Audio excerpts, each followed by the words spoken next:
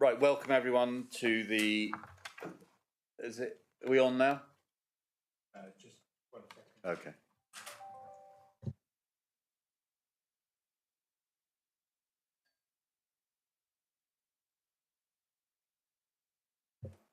Hello, welcome everyone to the executive, Southampton Executive for the 23rd of January 25. Good to see you all here and members of the public too. So without further ado, we'll crack on with the agenda. First of all, item 1, the minutes. Are you happy for me to sign those minutes as the correct record of the previous meeting on the 21st of November and on the one on the 6th of December? Yeah, okay, thank you very much. Item 2, urgent business. I'm not aware of an urgent business. Item 3, division of the agenda. There are occasions when we may have to divide the agenda, particularly on the last item, when we will. Before that, there are items, and I think particularly around the capital programme, that do have some figures that are commercially sensitive. If we want to discuss that, we will have to divide the agenda at that stage and ask members of the press and public to leave us while we debate that. Item 4, declaration of interest. Members, any declarations of interest? No. Item 5, public question time. I think we have 4 or 5 questions. 5 questions, is it?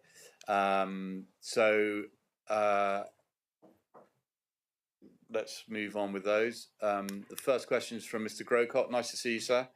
Do you want to come and sit there and ask your question? And I think, John will be answering that. Thank you. Okay, yeah, thank you. In the Totnes Times on the 9th of January, Councillor Brazil presented a very persuasive argument against the planned reorganisation of local government. Are these views representative of the council? What response will be made if this is the case, and how might the public play a part? Right. First of all, thank you, Mr. Grocott, for the question. And in answering this question, I refer you and others to the resolution arising out of the special special executive meeting. And what I will do in answering your question, will pick out parts of the resolution that will give, hopefully, you some reassurance, and as follows. So I'm picking out parts of the resolution. This council strongly opposes the government's current proposals as set out in its white paper, which would result in the abolition or merger of Southampton District Council without full consultation and support by residents. We note the following. The government has no mandate for abolishing district councils, as this was not included in the Labour election manifesto. Next, there is little evidence that merging rural councils will result in financial savings, as many unitary councils are in debt or suffering financial difficulties. Next, any merger that abolishes Southampton District Council will reduce democratic representation and move decision-making away from local people. Therefore, while we welcome the stated government's objectives of devolving power to regions and local communities and getting councils back on their feet with long-term settlements, the proposed plan for a unitary council will not achieve this, but instead will divert resources and funds to restructuring at a time when services are already stretched.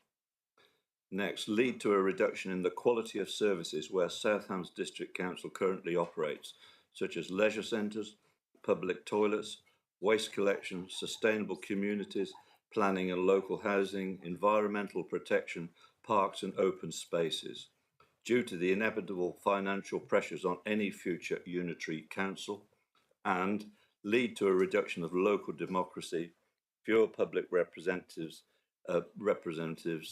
and less support for local people who need it. And the resolution concluded as follows: that it mandates the leader of the council, that's Councillor Brazil, to write to the government on his behalf outlining this council's concerns. And this letter has been sent. That's the answer to the question. Thank you, John. Thank you, Mr. Grocott. I hope that satisfies you with that. May I just ask, will Councillor Birch's response be written for me? Usually I get, Anna Yes, sir. Gribble writes to me Yes, with sir, my we can question. do that. And We the can do that for response. you. We'll do that. Yeah, because I can't remember all of that. Okay. Yeah, we'll get it to you. Yeah, thanks very much. All right, no Yeah. problem. Thank you. Nice to see you. So, and the second question is from Miss Hawkins, Sue Hawkins. Is she here? Lovely, thank you.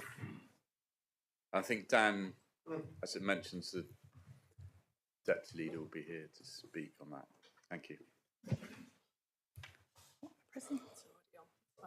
Yeah. I would like confirmation that I was told, along with the rest of the attendees, by the Deputy Leader at Ivybridge Town Council at the meeting introducing the proposal of two-tier pricing, that each Town Council would decide and have that decision would be final. Thank you for your question. I'm afraid I have to say now from the start, no, I can't give you that confirmation. I did not at any point say that the decision of a town council would be final. And I didn't say that to any of the 4 towns that I went to. I went with the Deputy Chief Exec, with both officers that are at the table today and with the portfolio holder to meetings at Ivybridge, Dartmouth, to Totnes and to Kingsbridge. And at each of those meetings, I wasn't supposed to speak. But when I did speak, I made it very clear that the consultation process was around the principle that we have a deficit shortfall on the revenue budget that we need to make up. That towns could have the opportunity, and it would be their decision on how we could make that budget shortfall up. So that if towns came up with other ways of raising that money, that would entirely be their decision. So if a town came back and said, Southampton needs to raise X from our town as its proportion of the revenue budget shortfall, and we'd like to do it this way, not in the way you're proposing, then they could absolutely come to that decision and bring it to us. But as part of the consultation process, I wouldn't have been in a position to say that the town's position would be the final decision, because we have to go out to public consultation after we'd spoken to the towns, which we did so. I can only apologise if there's a misunderstanding, but I think there are lots of people in this room who attended the meetings in other towns, and maybe in Ivybridge as well, that I went to. Had I said that the decision of a town would be final, I would have been corrected in that meeting by Councillor Abbott, by Mr Molyneux, or by Mr Noyce, or by Ms Widdicombe. I know I would have been, because that simply isn't the case. So I can only apologise on that point. I think what I did make very clear at the time, though, was that we were open to listen to other solutions from the towns, and that they could absolutely, they could make those decisions as to what their responses would be to us. And I think, Leader, we've had responses from all those towns, and we're going to be discussing in item 9 how we deal with them. Indeed, we have. Can I just say that I know that there's no supplementary allowed, but I'd be very happy to have conversations with you outside this meeting if you'd like to carry them on. Yes, I would, yeah. No, that's no problem at all. Thank you. And thank you, Dan. Next question is from Mr. Tudor, Tony Tudor. And I think Victor will be answering that one, this one. Why, as SHDC knows the overall percentage increase in revenue it wants to achieve in 25-26 compared to 24-25, is it determined to introduce differential parking that has little, if any, external support, rather than simply applying that percentage increase to all individual charges for short-term sessions and permits? Thank you, Mr. Tudor. You're right, we are making a choice. I'll first address the justification for requiring increased funds, and then the supposition of little, if any, external report. The last amendment to the overall car park tariffs took place in April 2021, when tariffs were increased by 4%. Between April 2021 and July 2024, the Consumer Price Index has increased by 26%. Inflation levels during this period have been at a 40-year high. This is equivalent to a loss of income in 2024-25 of over £640 £500,000 per year. But the cumulative loss since 2021 is just under £1 million. Car parking income is used to support enhanced or increased maintenance such as street cleansing, grass cutting, weeding, public conveniences, litter picking and litter bin emptying. The cost of operating these services has significantly increased due to staffing costs, fuel, utility costs, contract costs, etc. The net cost of operating these visitor services in 2023-24 was more than £3 million. Operating costs have increased and the maintenance programme for car park resurfacing and relining is approximately £4 million, and the replacement programme for pay and display machines will be £270,000 over the next 10 years. Car parking income has also been used to support projects such as the electric charging point provision across the district and improvement works at White Strand Toilets, Salcombe. The Council is committed to maintaining free toilet facilities. As outlined in the Council Delivery Plan of 2024-25, Action S 1.4 states, the Council will support our communities to maintain and, where possible, enhance the everyday facilities within the community. Implementing differential car parking charges enables the Council to do this by ensuring visitors make a fair contribution towards the cost of these services and the facilities to which they have access. In contrast to the formulation of the question, 433 objections were received from a population of 88,600. If one takes the lower figure of 47,300 households, the objections come to 0.9%. Of these 433, the main concern of 76 was to differential parking, being 17% of the objections and 0.16% of households. It is a choice, but I think residents will be pleased to pay as little as they have to maintain the services the Council supplies. Thank you. Thank you, Victor. Thank you, Mr. Tudor. Next question is from the Dartmouth Chamber of Commerce. Is that Joe? Hi, Joe. Morning, everyone. If holding car park pricing in 2021 was a response to COVID, how does South Hams conceive that this proposal responds to the current economic crisis at a time when businesses need support from South Hams the most? Thank you, Joe.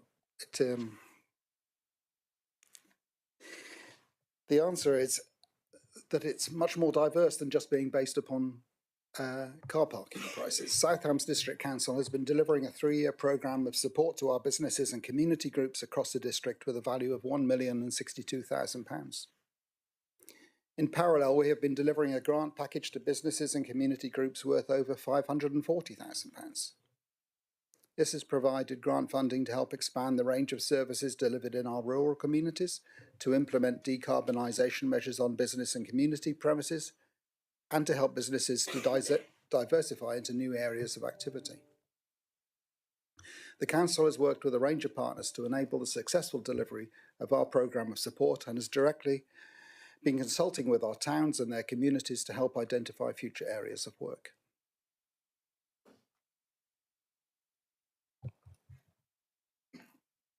Thank you. Thank you, Victor. And the next question is from... this is the Business Hub. This is separate from... Yes, good Hello. morning. Yeah. Andrea Cates, I'm actually Dartmouth Town Council, but I am presenting this question on behalf of the Business Hub. South Hams' economy relies heavily on visitors. Many residents have jobs which depend on visitors, and businesses need visitors to thrive and to be able to employ local people. How does SHDC's proposed visitor tariff demonstrate that SHDC understands, values and welcomes visitors as being vital to our economy? Thank you. Thank you, Andrea.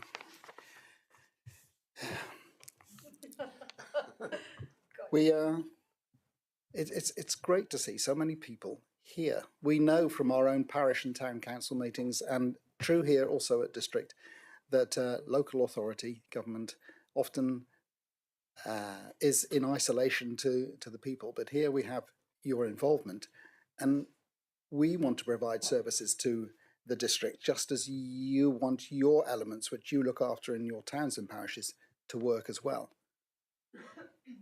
On the visitor economy, almost £200,000 of our grants have been delivered to businesses operating in the tourism sector over the last 15 months. And tourism businesses have been encouraged to take part in our other programmes of support. The Place and Economy team is working with a newly formed local visitor economy partnership to ensure that South Hams tourism businesses will benefit from future activities delivered at a regional and national level, such as marketing of locations and attractions and tourism-focused business support programmes. The Council also supports the Visit South Devon and Visit Devon websites, which signpost over 1 million people per year to information for people who visit the area. Thank you. Thank you. Right. Can I just say to... Oh, sorry, sir. May I? Rather like Councillor Thomas, I'm not allowed to talk, but I'd be grateful if I can. Robert Brooke, Dartmouth. Yeah, I know you are indeed. You've had Tony Tudor's already spoken on behalf of that group? No, not on behalf of that group. No. Okay, go on then. Thank you very much.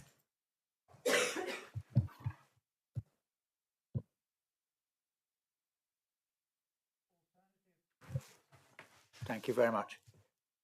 Alternative suggestions to meet the initial levels of income from Dartmouth were provided.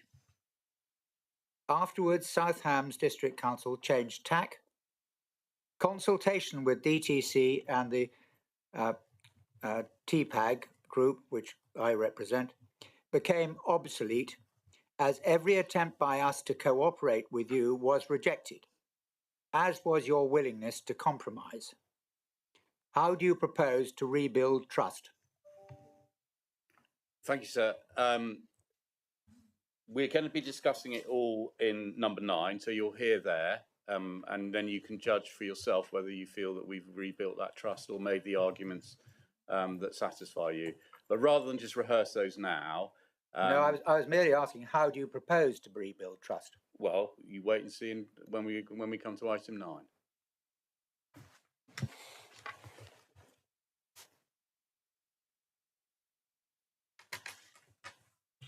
Right. So that's public question time. Move on to the executive forward plan. Members from pages 21 to 28 in that. John. Yes, thank you. I'd like to propose an addition to the plan for the April meeting. And the reason for making this request is that recently we as a council received a report produced by the Southwest Research Company, and the report is headed "The Economic Impact of the South Ham Visitor Economy 2023." The document produces or illustrates the importance of tourism to South Hams, and the report states that the total visitor spend for the year ending 2023 was £266 million, and that in fact it provides employment for 10%. It provides for 10% of the working population. So visitors are an important part of our economy, of our local economy, and therefore I'd like to request that in April that the executive receives a report on tourism and its benefit to the local economy. And I've spoken to, and I've had discussions with the head of economic development, and we are in a position to prepare such a report. So I'd like to propose that that be added to the agenda for the April meeting. Members, any thoughts on that? Nikki? Yeah, my thought is it's a bit after the. I welcome the report because I'd like to see how tourism affects and the positive effect that tourism has on the South Hams local economy. I just think it's a shame that it couldn't have been presented at today's meeting, given the fact that we're looking at putting on what I think is a tourism tax on tourists. So it's a shame that it's coming later rather than sooner with the car park proposals today. Thank you, Nikki, but I presume you'll be, I mean, yeah, no, I welcome that, John. I mean, as I've always said all along, that I don't think that adding an extra 50p or £1 on people's car parking charges is obviously it's a minor factor, but it's not a massive factor that affects our visitor economy. And hopefully that report will highlight that.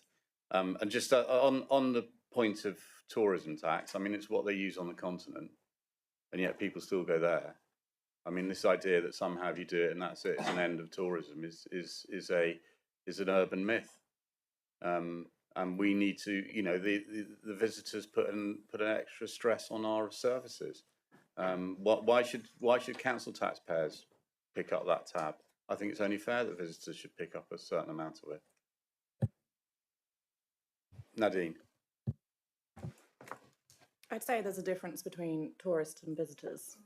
In Ivybridge, we neighbour Plympton, Plymouth, and have lots of visitors coming from across the road that wouldn't be eligible, as opposed to holidaymakers coming from London who wouldn't think about 50p charges. No, well, I mean, I can understand exactly why people from Plymouth want to come to the South Hams, because our car parking is so much cheaper than Plymouth. But yeah, no, I take your point, Nadine. I mean, that is true, and we're talking about. But I think this is this mainly about tourism then, or would it be with the whole visitor economy? The report, I haven't got the full report in front of me at the moment, but you know, it is more than just car parking. I mean, just by way of the figures from the report, for example, in 2023, the number of, they call it trips, which I assume is visitor numbers, was 374,000 from UK residents, and from overseas, it's 33,000. What is interesting in this report is that for example, it says that in 2023 there are 374,000 trips. You go back to 2005, the number of trips was 636,000. There's been a considerable reduction over the years in visitors, not just to South Devon, but to Devon and other places. And when we have that as such an important part of the economy, then we as a council need to be aware of that and also see if there are ways that we can encourage more people to come to South Hams, and that's something that I think we as an executive should explore. But it is a lot more than just the car parking fees. There's a lot more to it than just car parking. Yeah, no, absolutely. I think, I welcome that, John, because I think it will be a much more holistic approach to it. So, you know, the cost of everything, and of course, it's reflected across the whole country, not just here in the South Hams. Yeah, Jackie, and then I'll come to you, Dan. Sorry. Yeah, thank you, John. That's interesting to bring that to us, and I think it will be interesting to review that. I just wanted to ask really where those figures were in terms of the visitor trips, because is it based on car park use? Is it including people coming in by rail? I mean, I'm just wondering how much may be coming through differently that isn't being captured because people aren't. Look, rather than go into the debate it's just a single, because it's a figure that's being used about. Yeah. Okay. Well, that will come out in the report. But it may not be that the numbers. Well, it's just impertinent to today because if it's being used about the fact of car parking charges, it won't be that, will it? Well, we don't know. Well, what if they did it? That's why I'm asking the simple question. If they did it, it would be totally flawed, because if you use a car park in the South Hams, are you a visitor or a tourist? Depends what I'm doing that day. Okay. Fair point, Jackie. No, All but right. I think it's pertinent to Yeah, today's well, I thing. think That's it'll why be more I done on John may not know beds. the answer because he hasn't got the Beds. report in front of me, as he's already said, but I just thought it was worth raising that as a consideration. Yeah, back to the forward plan, leader. Can we have something on there about the festival next year? Because it seems to have dropped off. And I think, you know, if we're going to have the festival next year, or if we're going to have conversations about the festival next year, there needs to be something on the forward plan in terms of when the next report's going to come through, because that will encourage conversation. I'm just very aware that if we don't, it will. Yeah, John, did you want to? Yeah, the executive has decided at a meeting, I can't remember which meeting, is that the festival would be postponed until June 2026, and we're proceeding on that basis. There's not the festival has not been cancelled. It has been postponed until June 2026, and plans are afoot to take that forward. And at some stage, once they are in a form that would need to come before this executive, then they will do. Yes. Yeah, and John, any sort of idea when that might be? Because presumably there are spending. I mean, you're absolutely right. We did say we postpone it, but we also have, we can't say that's a carte blanche just to do it. But can I suggest that be we could also deal with that in April? Okay. Yeah, I was going to suggest that, leader, because there is actually, if you look in April, there is a plan for community development put in there for April. Where I was going with that is it would be good to include conversations around the festival in that item, because it puts it in. Yeah, no, what I don't want ties to in happen is for nicely. it's to fall off Yeah, the yeah, radar. no, fair point. Jackie.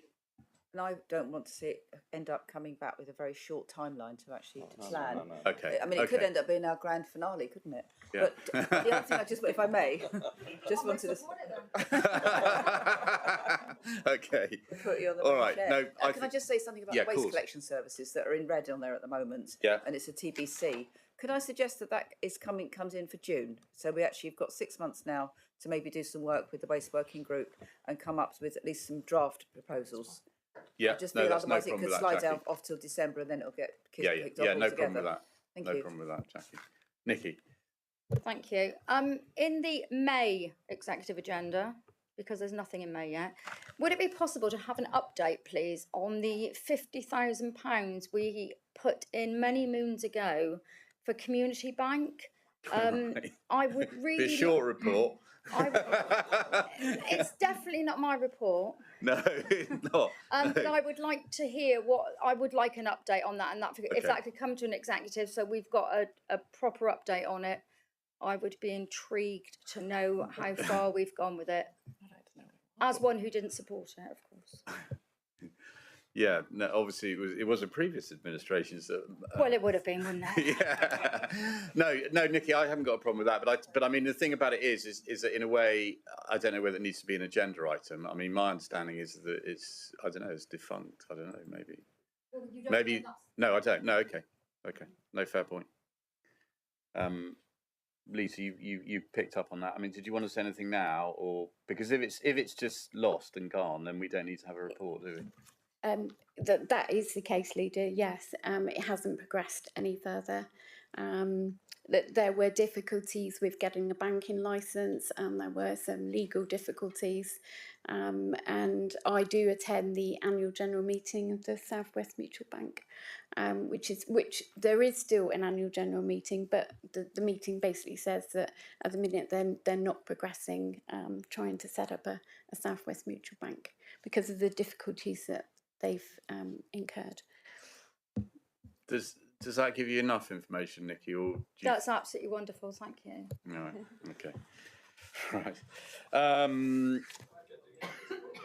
Right. Any more on the executive forward plan?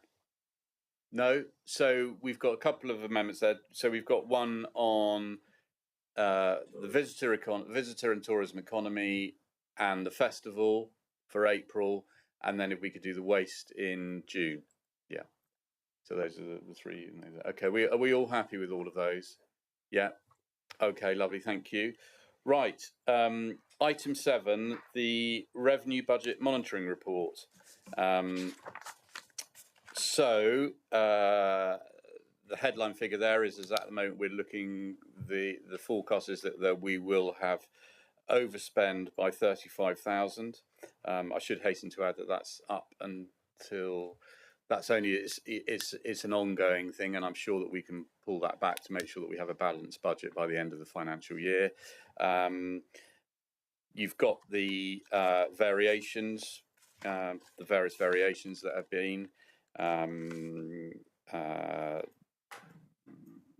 where we've made extra income, where we haven't got as much as we would have liked, or where it's cost us more.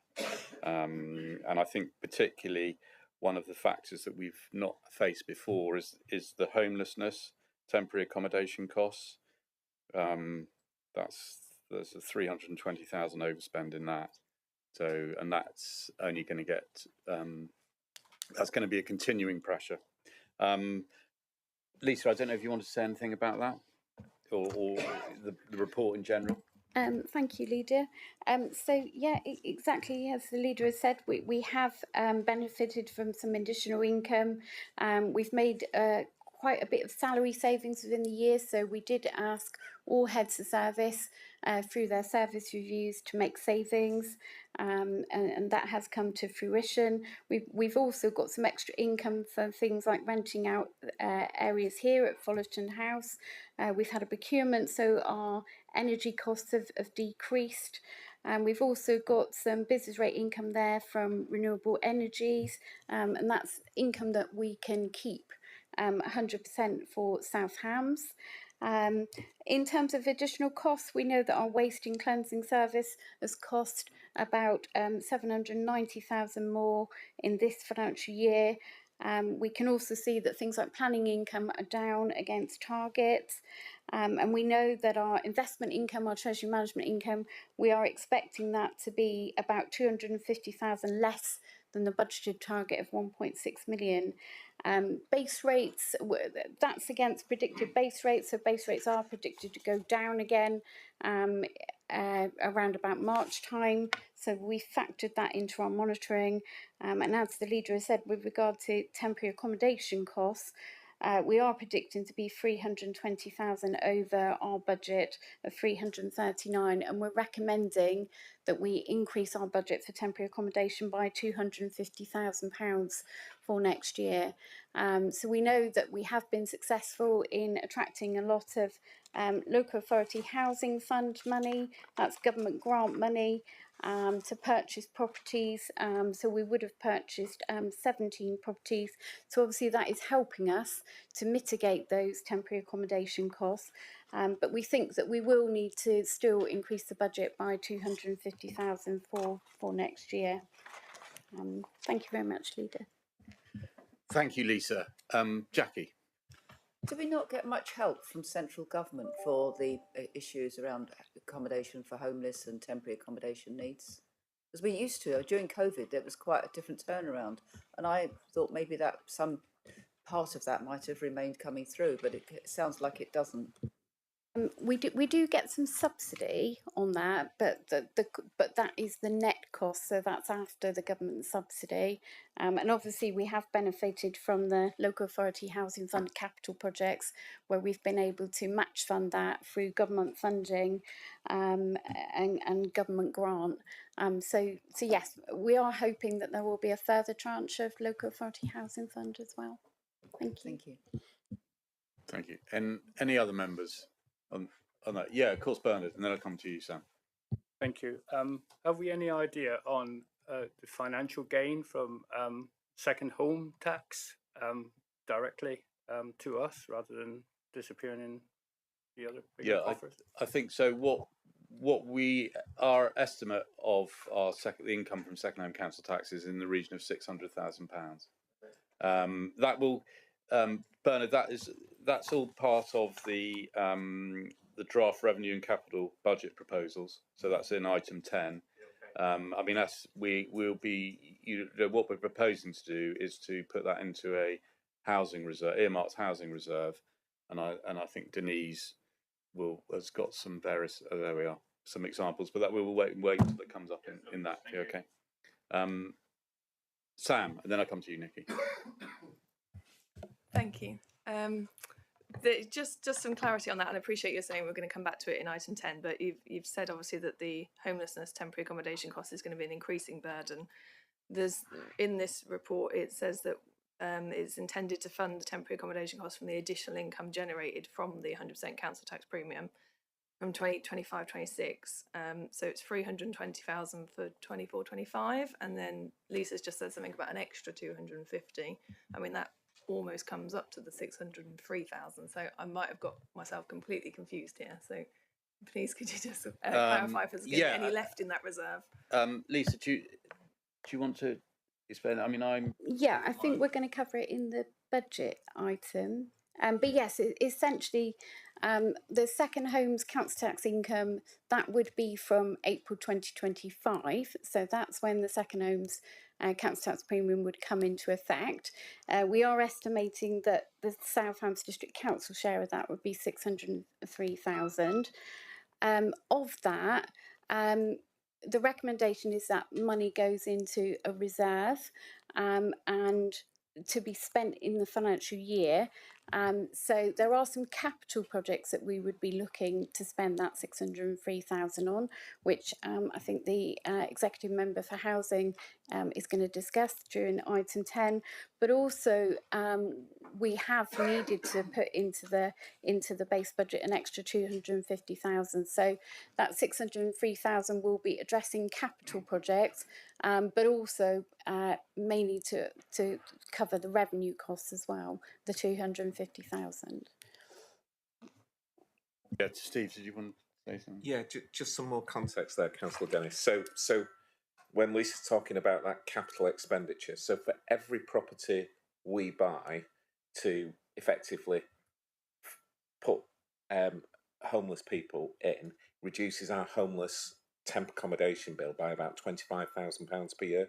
So that's why we're not just using that money and propping up the homelessness budget. What we're looking is the long term to try and reduce that cost overall by buying properties.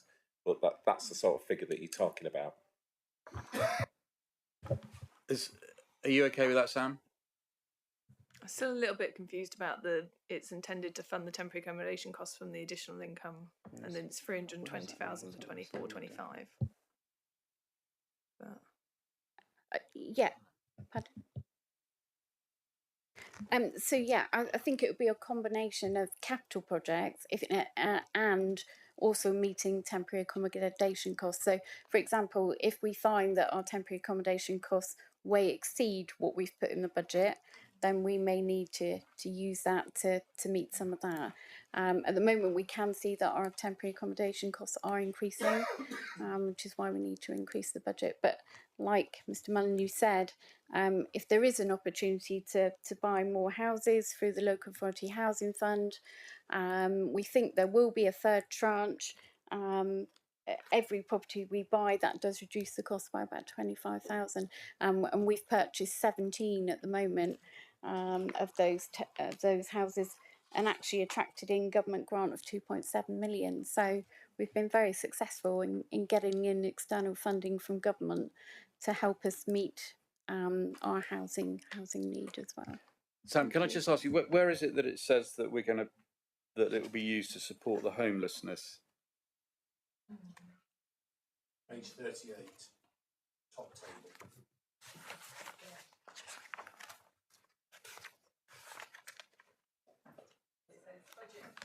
So it says there's budget variations, overspend, underspend, and there's a 320,000. And then there's a comment that it's intended to fund temporary accommodation costs from the additional income generated. Leader, I read it that we would be putting a budget spend of 320 in, and then if we needed to top it up, we'd be adding more.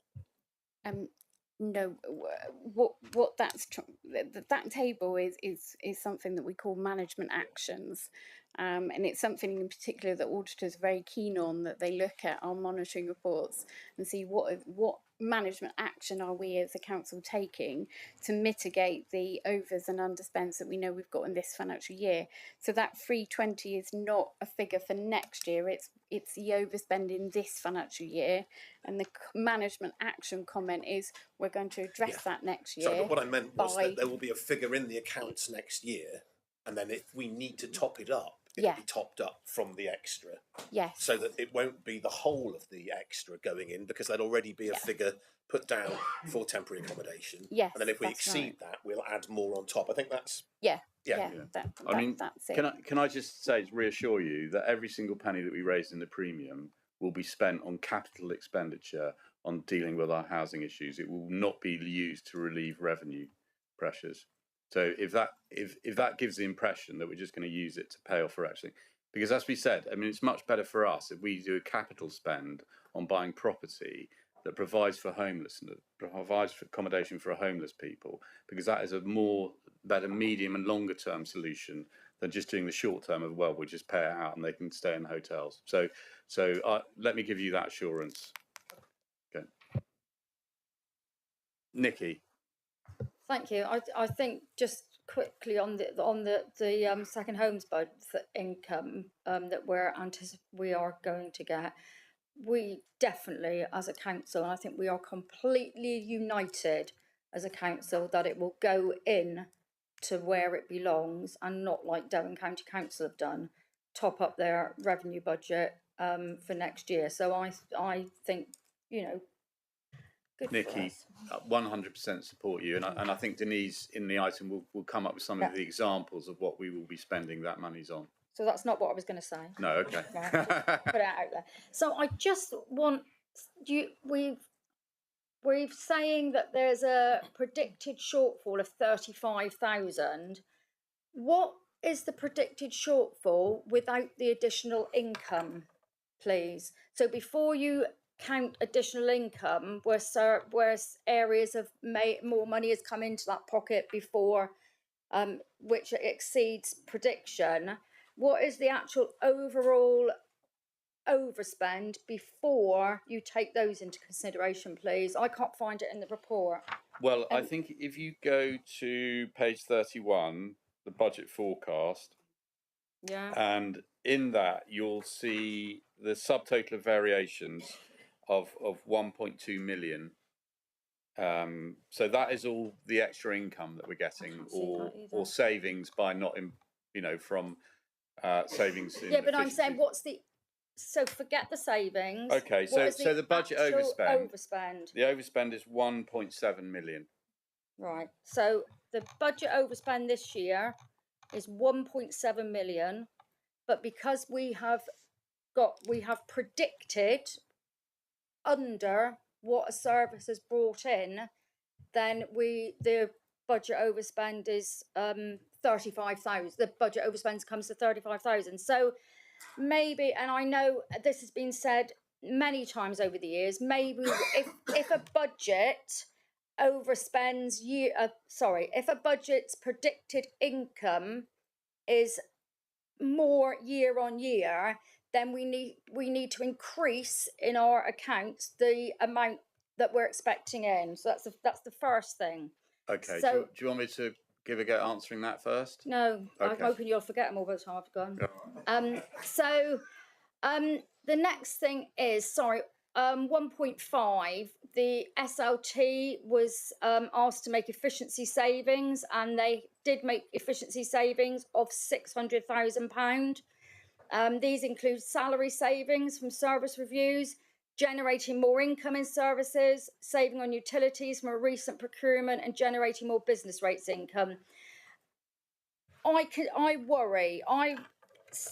Many years ago, we squeezed every penny out of services we could do, and you will remember that, and I can remember those words being used in this chamber. And £600,000. I mean, hats off to the service areas that have produced that money, produced that saving.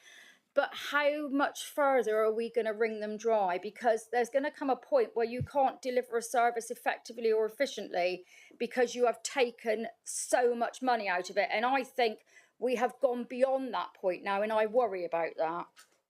I haven't finished. At the executive meeting, so 1.6, we agreed in October 24 to make a transfer of 0.5 million from the business rates retention earmark reserve to fund the majority of the predicted overspend. But actually, the actual overspend now is 35,000. So can we not put back the 575,000 into the? I know the answer, but it concerns me that we took money out to balance a budget. We haven't actually needed all that money, but in my simple mind, 565,000 should go back into the business rates retention earmark reserve, because actually our overspend is only overspend is only 35,000. But if we didn't put that 600 in that 500,000 in the beginning, that would make our overspend higher. It would be 500 and whatever, 35,000. So I think that's a little bit of an underlying way of balancing the budget to within point whatever the £35 overspend was. I don't know. I don't agree with it. Also, in 1.6, why was it taken from the business rates retention earmark reserve in the beginning? I think we should have waited till later in the year to actually see what our predicted overspend would be. In my mind, that would give us a truer reflection of what issues this council was facing, and actually what a problem we have with balancing the books. And that's because we have had so many overspends.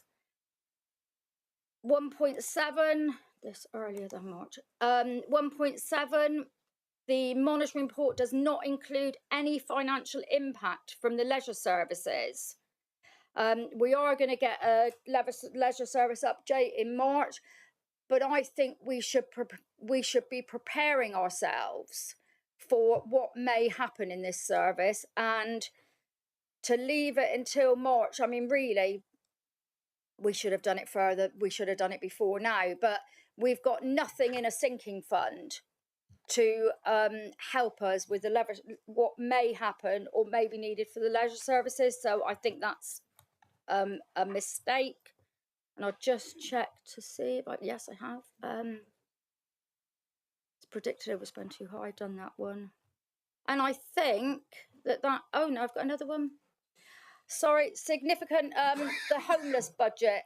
I'm satisfied with the answer to that, and I think I don't care where money comes to prop up a homeless budget, but it needs to be done. We have a massive issue in the South Hams, and homelessness needs the money, and it has to come from somewhere. I am absolutely delighted that we are putting our money where our mouth is and putting the £600,000 of second home council tax money into that pot as well, and if there's some left over to buy houses, absolutely brilliant. I commend this council for buying 17 homes. We need 170 more, and to be fair, we need more than that, but we need to really be looking at our homeless issue in the South Hams, and with regard, in comparison to some other parts of the country, we don't have a massive issue. So goodness knows how they're supporting their homeless people. But I think our homelessness prevention team do a damn good job, and we have to look after these people who some may just have fallen on hard times. And, we're in a cost of living crisis. This figure is going to go up. Thank you. And I'll just go to the end of the page. I've got two more. Sorry. Hang on. Done that one. I don't know who's just moaned at me, but, this is really important. We need a sinking fund. Yeah, no, I'm done now. I mean, thank you, Nikki, and you're absolutely right. These are crucial questions, and hopefully, I'll give you some of the explanations. You might not necessarily agree with all of them, but I think, and you raised some absolutely crucial points there as well. So, you talk about the variations and the fact that there are some pluses and some minuses. I think that's only fair, and that's how you do a balanced budget, because some of, for example, our investment income is very much related to the rate of inflation. So we get more, the higher the rate of inflation, the more investment income we get. But that also is counteracted by the higher the rate of inflation, the more we have to pay out in wages or utility bills and things like that. So they sort of balance each other out. So as long as I think it would be very unfair if we came to a situation where we go, every single budget is exactly right. And so there are pluses and minuses. But having said that, and moving on to your second question that you raised about it, is absolutely, we must be confident that we are financially sustainable. And that's why one of the items coming up later on in this is about car parking, because we must be sustainable financially. Otherwise, we can't set a balanced budget. And many of those services that you talk about, some of which are discretionary, would go and we would lose them. And I think that we take it is a choice. It is a political choice. Is, do we get rid of those discretionary services or do we keep them? And those are the choices that members will have to make. Look, the point you make about waste and the transfer of £500,000, actually the overspend, if we're honest, and Lee, you've obviously been listening to Lee Bonham, chairman of our audit committee, because absolutely he thinks this is a crucial point to make. Is in truth, our overspend is 535,000. I didn't mention waste. No, but that's where the cost pressure has come from, and that's part. And the thing is that we have struggled to. We were absolutely clear in this administration that we were going to provide a comprehensive and good quality waste collection service across the district, and I'd like to think that we've done that. The costs of that have been more expensive than we thought, but we need to make sure that we do cover all of that. I think you also talked about, and that, by the way, was agreed at executive beforehand, that we agreed to transfer that in, and so you're right, maybe it might not have come out of that reserve, but we agreed that it would come out of the business tax retention reserve. I think what Lisa said about homelessness, again, illustrates where we have got overspends in some budgets, and Lisa said that we're going to put an extra £250 into our core budget. So that will be in the 25-26 budget. There will be an extra 250,000 to be spent on homelessness, and in order to balance our budget, we need to make choices now that will make sure that that's balanced. So yeah, we do. We look at this, and it may mean that we add more or take bits away for example, for the planning income. If we keep not getting enough from planning, then we've obviously got the wrong figure in our core budget and we need to change it. So those are adjustments that we make, but in the end it's not an exact science, and figures will change. Thank you for your comments about homelessness, and I fully support that. I'm going to go to Lisa just to talk about the leisure centres, if I may. Can I just come in first on one of the other points, please? Yeah, go on.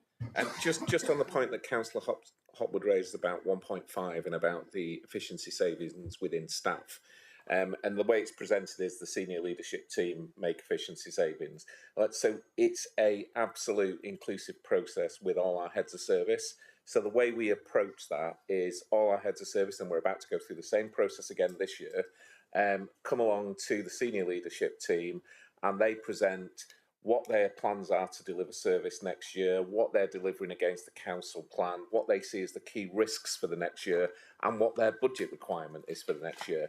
And we make a combined decision with that head of service as to whether they're likely to get more income than we've currently got scheduled, or whether we can make more savings. So we don't just take you've got to deliver this, and we just sit in an SLT office and make those decisions. It's a operational decision with the operational managers of those services, and we don't ask them to, we make a considered decision as to whether those savings are achievable or not. And then we monitor that through the year through our internal monitoring processes. So I hope that assures you in terms of we're not going to get to the point where what happened a few years ago. So because we're managing it much more carefully. So Lisa, yeah, just something on the leisure centres, if you may. Yes, thank you, Leader. So yes, in terms of the forward plan, there's going to be a comprehensive report to members coming to the March executive with regards to leisure. We also have addressed leisure in our budget for 25-26. So we've looked at all of our external contracts, and in 25-26 we've made an estimate with regards to income levels from those external contracts. So that has been addressed as part of our 25-26 budget. This is obviously the month 7 position for budget monitoring. There will be a month 10 that will come to the March executive as well. So as the leader said, this is the current position, but as we get into March, we will be able to, obviously we will be very near the year end, so we will be able to exactly firm up all of those variances, and all of the income variations that you see there and expenditure variations, all of those have been addressed in next year's budget. So we literally do go through line by line and make sure that we change next year's budget as much as possible to make sure that we've got that accuracy and that the targets for next year in terms of expenditure budgets and income budgets match what we are expecting and what we've seen in this financial year. But yes, there will be a report on leisure coming to members as part of the March executive. Thank you, Leader. Yeah, thank you, Lisa. Nikki. I was just about to lose the electric, wasn't I, when I spoke? Funny. Cool. It was. That was just a, one. We stopped. Sorry. We stopped streaming. I know there's an electric storm out there. Just sorry. This is a revenue budget monitoring report, and I am pretty sure that in other revenue budget monitoring reports we have had car parking in there, so we can see if there is an overspend or underspend in car, or if car parks have produced more income or if they're running at a loss. And I've looked and looked, and I cannot, whether I'm just looking to, well, whether I've got my glasses on when I'm streaming, but I can't find it. Lisa's going to answer that for you. Yes, car parking isn't in there because it's expected to be on target. So on page, so there's no variation. On page 36, we've got an income table there, and car parking is shown as the first line. So we've got our income budget, and we're expecting to be, by the end of the year, by March, we're expecting to be on target. Thank you. Lovely. Okay, any more? Mark. Chairman, I'd just like to go back to the second homes council tax premium, because it obviously is part of your recommendation within the draft revenue and capital budget proposals that came from the Budget Advisory Committee on the 16th. And I think there was a lot of discussion around that and sort of a lot of support for the transfer of that funding of £603,000. And I think it's critical that the recommendation clearly says, to transfer 603,000 from the second homes council tax premium into a housing initiatives earmarked reserve. And I think this is the point, to further the council's housing priorities, a priority. And I think that priority can go across either homelessness or the provision of additional. But I think the key thing that committee members wanted added to be spent as soon as is practically possible, because what we didn't want was it just sitting in reserve, not being used. And what I'm hearing today backs that up. And I think, as has been said, whether it goes into supporting homeless or providing additional, it is clearly supporting the council's housing priority. No, thank you, Mark. And yeah, absolutely.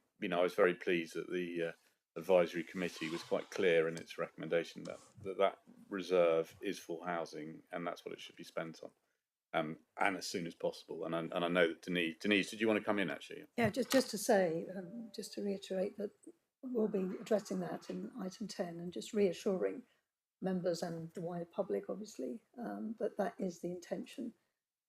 That, as I said at the meeting last week, it's not there to sit on a dusty shelf.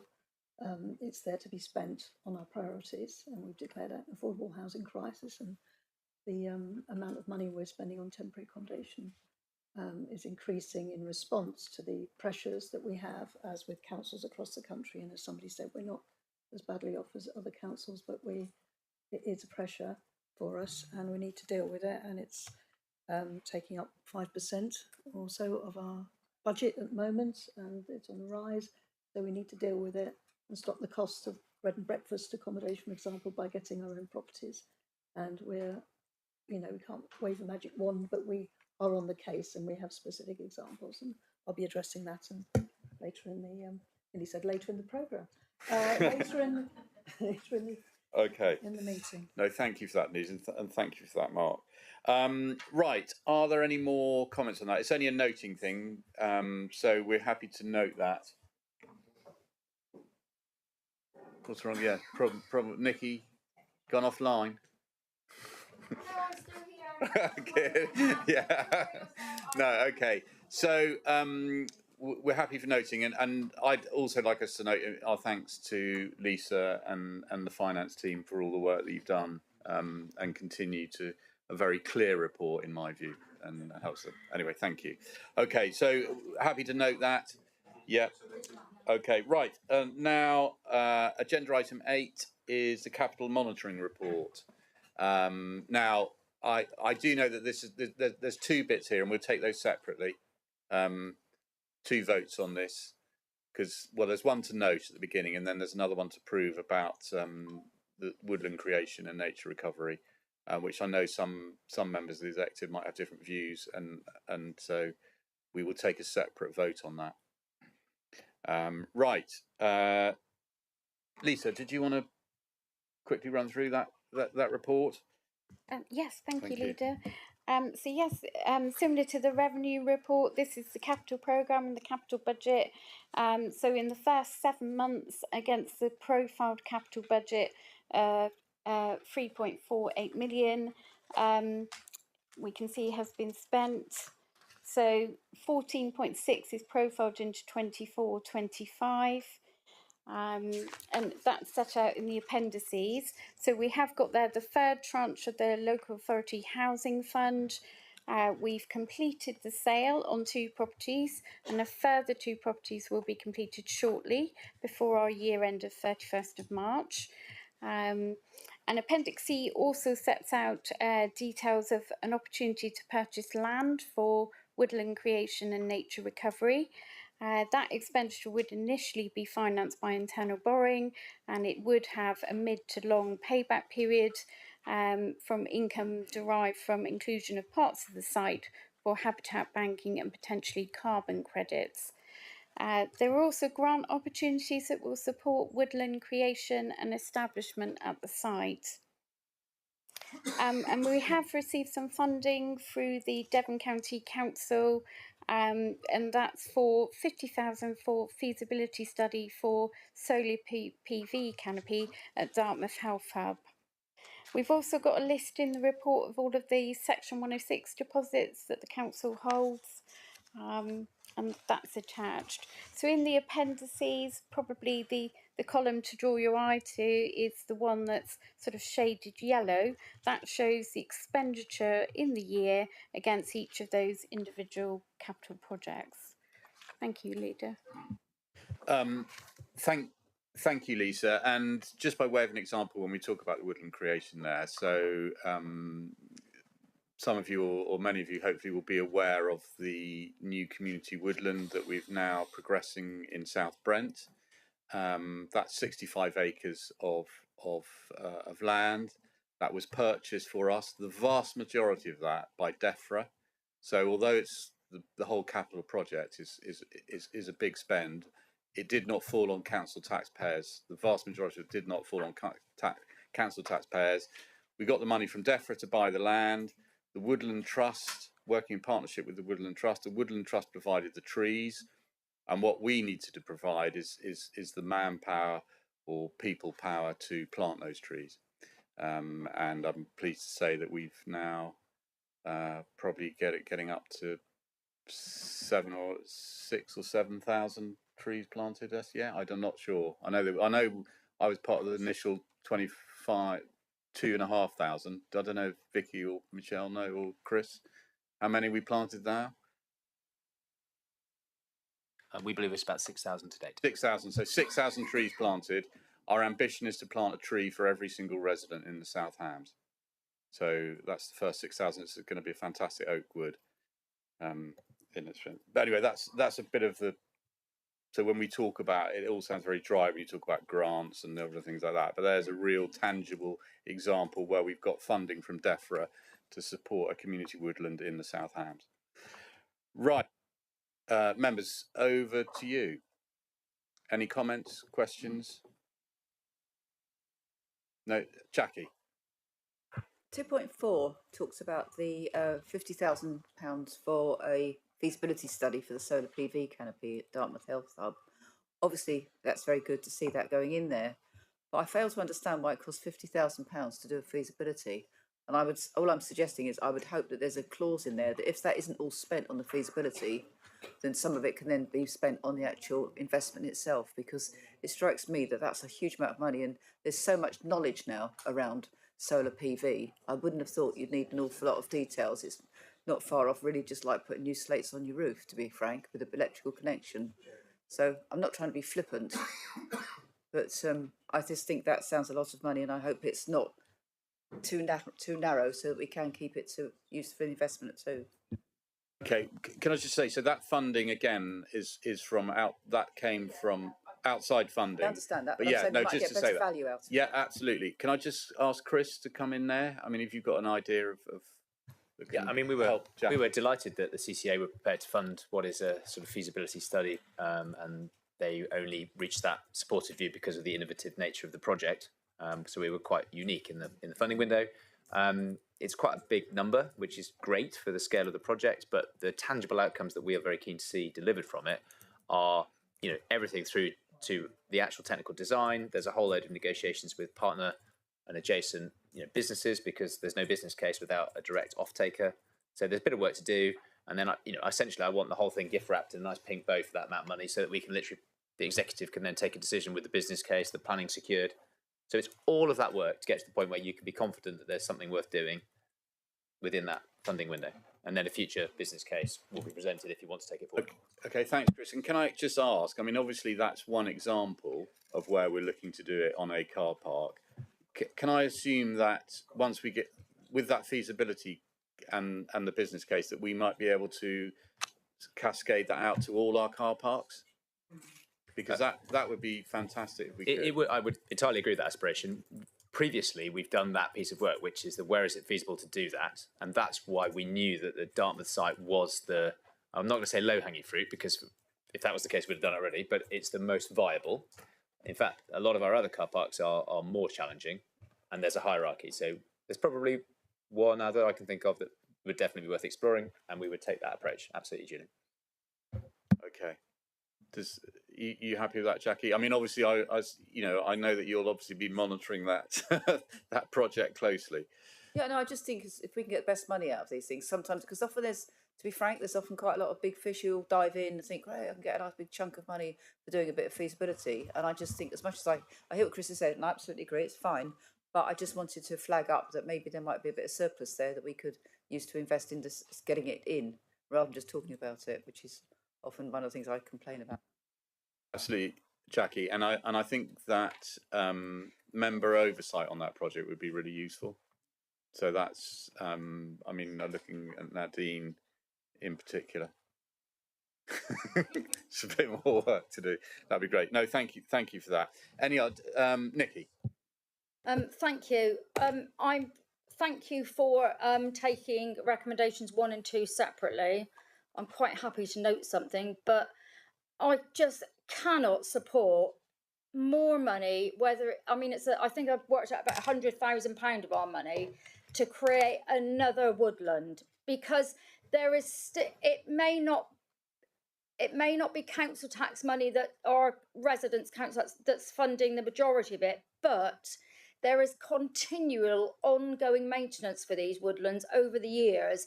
And I know that there are, places set up a volunteer hub, and the volunteer hub goes on to maintain them as much as they can. But volunteer hubs cannot be guaranteed, although they're amazing. Volunteers are an integral part of our society, and we couldn't do many things without them. volunteers get older, their priorities change, and they may go to something else. So we can't rely on volunteers to maintain these woodlands. We've bought one woodland in South Brent. You know, do we really want another woodland? Can we stop buying woodlands, please? Because it's brilliant decarbonisation, but I think that the UK as a whole generates something like 0.09% of the whole world's climate problem or whatever it is, whereas the US is 23%. I think China's something like 19. I can't remember the figures, but we are we are in a cost of living crisis. That £100,000 that we're paying towards this woodland creation and the ongoing maintenance could help to prop up a service that actually we have to deliver, i.e. car parks, without having an effect on our residents. All right. It has All right, to Nikki. stop. I know You're not in favour. I will No, keep that's going fine. on because That's fine. No, but I think disagree no, with it. we've got the point. I mean, John, did you want to come in on that, and then I'll go to Jackie as well. Well, there's two things that in response to that. One is that although there is a cost, an upfront cost, I was given a figure with regard to the carbon credits and the offsetting costs and what have you that we could get from that. Biodiversity net gain, etc. Yeah, of the order of 900,000 from that site over a period of years, over its lifetime. Obviously, not in any 1 year. So there would be a return on that investment, and it's not really about carbon capture, although obviously that's a part of it. That takes a long time, 25 years before you've actually captured much in the way of carbon. But it's about biodiversity, and that's the biggie. England is one of the sort of the most biodiverse poor countries in Europe. So these woodlands are a huge benefit, as well as a community benefit as well. I mean, it's galvanised a whole range of organisations working together, and yes, volunteers come and go, but it provides a focus for the community. I mean, South Brent is just an amazing example of how communities should work, and unfortunately, it's very difficult to use that and replicate that across the district. But so I would encourage more woodland because of all those benefits. It's not just about the money up front. Thank you, John. Jackie, did you? I fully echo what John's just said, and I think it's a really, really important piece of work that we're doing here. I think we need to be really grateful that over the last 500 or so years that other previous players in this world have not taken the attitude that's been expressed by Councillor Hobwood and have gone ahead and planted trees, and we have a fantastic heritage of wonderful trees, particularly in this area. And all we're doing is keeping that going because we are losing quite a lot. But the other thing is just to sort of say, we've got this massive storm coming through tomorrow. That will have messed up a lot of people's plans. It certainly messed up my plans for the weekend to get on a train tomorrow because, it's just not a day to travel. And those storms are getting worse and worse. And we know that there's a direct link between the extreme weather things that are happening and extreme weather events and the impact of carbon on the climate and the global warming. And the people that keep getting flooded time and time again, if they had the opportunity to support these kind of endeavours, it might not make a difference in the next 5 years, but it certainly would make a difference in the next 20 years to have a lot of trees mopping up carbon. It's such an important thing to do. And in terms of, as has already been said about the depletion of our wildlife, we've lost so many of our species and the birds that we're losing at the moment. And there's lots of farms are trying really hard actually with their land to try and improve what's going on. And it's wonderful to see it. But I think we just need to be very mindful that unless we take these steps and actually take a brave step on it and really believe that we can make a difference, unless we do that, we won't. And we'll, what's going on in America at the moment, I think is really, really scary. We're major contributors here to the carbon footprint globally. And it's, the talk and the conversation at the moment in the government about extending the runways, etc., is just crazy when it comes to actually making a difference towards zero carbon. Thank you, Jackie. Nadine, and then I'll come back to you, Nikki. It's also worth noting that our woodlands and landscapes are a reason why a lot of visitors and tourists come down here. Thank you. whilst I hear what everybody said, yes, our woodlands landscapes are established ones are, but people aren't going to come down here to see whips planted in over fields. Although, and I'm sorry, but the South Hams owns an awful lot of tree belts and areas where there are trees, and if only and farmers do as well, and maybe if we were to encourage farmers and ourselves to look after our woodlands better, and where a tree has fallen down in a storm, replant there, that to me makes far more sense. And I think that £900,000 in net gain in 25 years is brilliant. But we have a cost of living crisis, and I would rather money went on that cost of living crisis. I am not anti-carbon net gain, or I'm not anti a lot of things to do with repurposing fields, but we need to be realistic. We need to be realistic about what we can deliver, where it's delivered, the real effect it'll have globally. And I just feel that it's just a step too far. I would rather see us replant where trees have come down due to storms than to build a whole new woodland. Thank you, Nikki. And look, I think it's a perfectly legitimate point to make that all our resources should just be piled into the cost of living crisis. I think. Well, no, okay, no, but I mean, okay, sorry, I generalised too much there, but I just say, I think it's perfectly legitimate. Personally, I think that these are exciting projects. This is something that we are actually doing. It's tangible. The communities can see that this is what we're doing, and it's for the medium and longer term. And I think that so often, so many decisions are taken just for the short term. And here's something that's going to make a massive difference. We will get a revenue stream from it, which hopefully will cover the costs. But even so, I think that the benefit that will bring to our communities to have these open spaces, there will be a legacy that this council can leave when we disappear. That these are woodlands, a whole mosaic of woodlands across the South Hams. I think it's a fantastic thing that we can do. So appreciate that you're not going to be supporting it, but I hope that other members of the executive will. Right, any more for any more of that? I'm sorry, Mr. Grocott, no, you can't. No, you'd have to be elected to speak. You stand for election next time. That's all right, sir. I can't, because otherwise, it's just... So, yeah, okay. Thank you. Right. Sorry, Mark. Thank you, Chairman. I'll make a plea sort of here, because there's a lot of discussion around woodland creation for the maintenance and protection of existing trees, and people know sort of wear a hat in that sort of area. Although woodland creation is excellent, it takes a long time to sort of capture the carbon. There is a woodland trees and hedge plan that this council has developed along with Devon County Council, and I think it lays out the steps and the direction for not just woodland creation but woodland protection and tree protection. And I pick up what Councillor Hopwood said, but there is a lot of work that's got to be done with other landowners out there to improve their hedgerows. And I'd say that when we talk about woodland creation and sites like this, it's not just the planting of trees, it's the improvement of what already exists on those sites.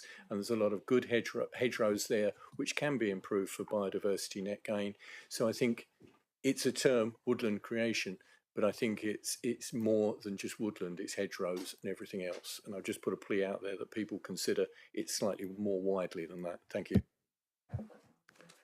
Thank you, Mark.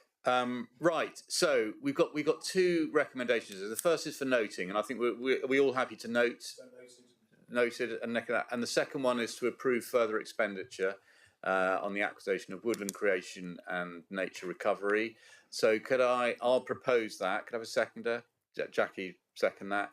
Could I see all those in favour of two? That's 8 in favour, include that. And those against? With 1 against, include that. Okay, lovely, thank you. Right, agenda item 9.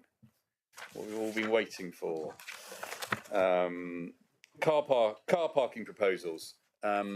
Victor, I'll hand over to you. Yes, thank you. I think the two elements of having so many people join in here, trying to represent their particular perspectives, and also this debate just now over income and capital. It's just so ties together and sets the context for what we're trying to do with our car parking increased charges. You'll see on social media comments like, oh, making money for the council. But of course, what we're doing is supporting the services that we're trying to provide, and car parks and their associated facilities are just crucial to part of that. And we have so many wider issues too that we wouldn't want to be spending those monies on the car parks themselves.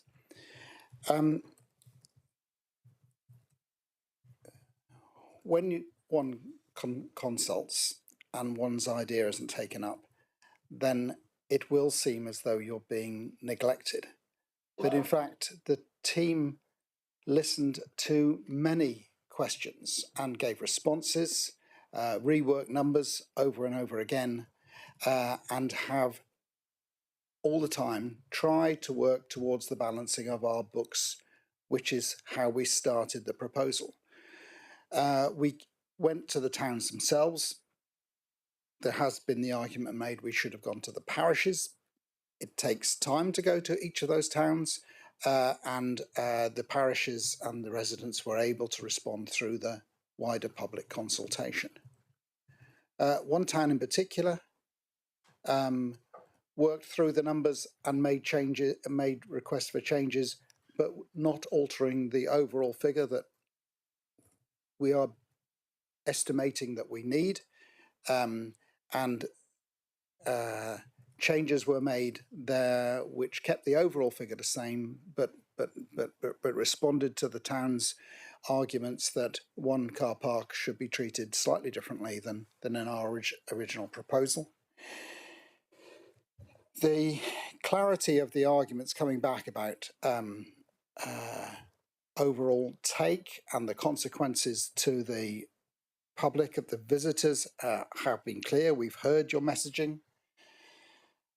But at the end of the day, if we're going to maintain all of these services in such a wide-ranging set of activities that we manage, then we have come to this view that we need to work with these figures. It has included the opportunity for a discount to residents, and that is a political enunciation, which we choose not to say visitor tax. We are publicising what we need, and the residents are able to get a discount because they pay council tax and other funds in the community all the time. So it's a residents' discount, and you will choose to use whatever language you want to, but that's the way that we saw it. So that in overall terms in the budget, these are the figures that we've needed, and we have a working system, and we've responded in part where we can, but overall these are the recommendations that are before the executive, and I propose them to you. Thank you, Victor. Members, over to you. I don't, unless Emma or Stuart, I don't know if you wanted to add anything to that, or I'm sure you'll get a few questions coming up. Yeah. Okay. Members, over to you. Who would like to? Simon. Thank you, Leader. Just sort of parenthetically, one of the things, you won't be surprised to know that in considering this, I tried to look at the evidence, and there's frustratingly little of it. There's a Welsh paper from 2015. There's Greg Marsden from Leeds, his paper from 2006, but showing the sensitivity, the relationship between footfall and the economic impact on towns and parking charges. So can I just make a plea, whatever the executive decides, that we share any information that results from it with people who are working in this area, so that we actually get a better evidence base of, because at the moment it's multifactorial, it's anecdotal, but there's no real hard evidence that shows, that I've managed to find, and I'm sure people will correct me if they've found it, that shows what impact this actually does have on on local economies. So if we can share our information proactively, I think that would be great. Thank you for that, Simon. And I know that this might be timely for John. I know John's got an amendment to the recommendations, which I think would absolutely cover that kind of thing. I don't know if you want to introduce that now, John. Okay, you know, I should be supporting the recommendation that's on the screen or on the paper, but subject to an amendment, which I'll detail in a moment. But I mean, one of the reasons that I should be supporting this recommendation is that we can't consider this recommendation in isolation. And as Councillor Abbott mentioned, it's against a background of financial challenges that this council is facing.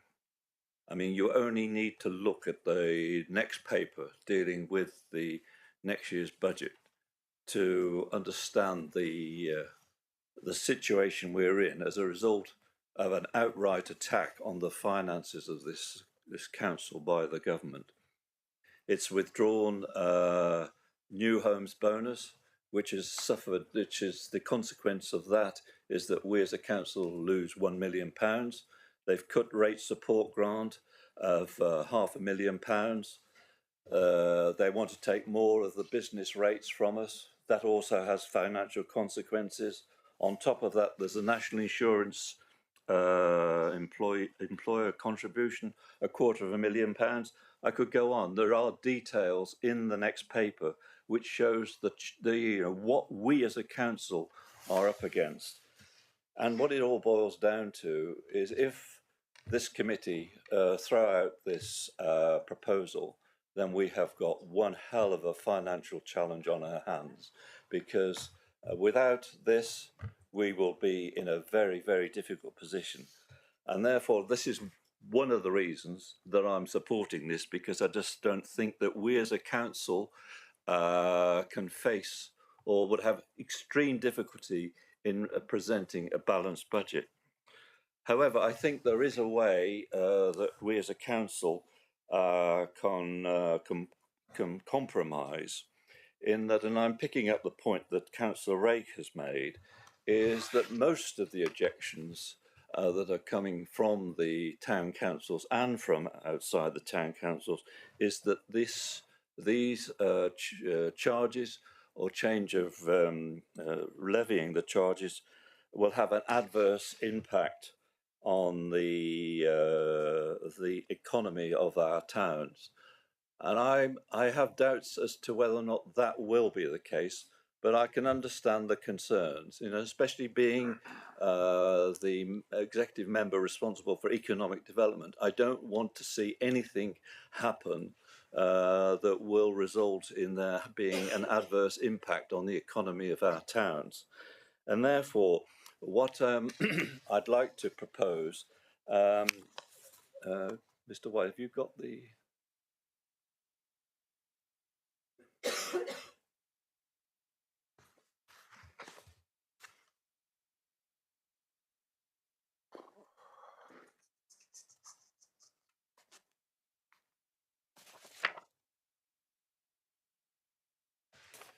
If I could just read out, this is the...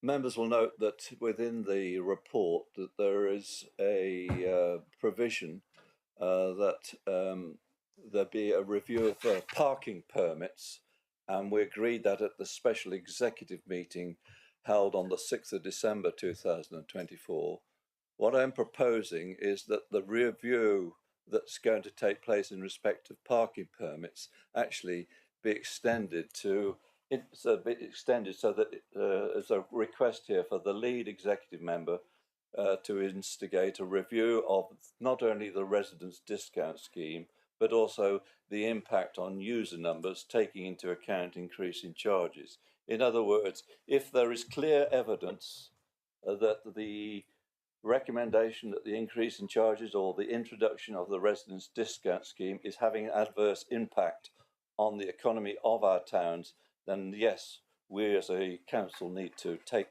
consider that. And therefore, and this goes back to what the point that Councillor Rake made, is that would be the evidence for us to consider. We don't have any evidence before us at the moment to show that what we're going to do will have an adverse impact. I don't believe it will, but it may. And therefore I think we as a council don't want to duck the issue, and that's why I'm proposing this. So I'd like to propose this be an addition to the recommendation on the paper. Thank you, John. Dan? Yeah, I'm happy to second that proposal. Okay, well, I haven't actually proposed the whole motion yet. So let's go round the debate, and then we might be that we've proposed the whole motion, including this amendment that John's tabled there, and we second it at that stage. But at the moment, I take your support for it, and I have to say, John, I think absolutely that's the right thing and what we should be doing, and to formalise it within the recommendation is good. Probably going to be more work for Stuart and Emma. Sorry about that.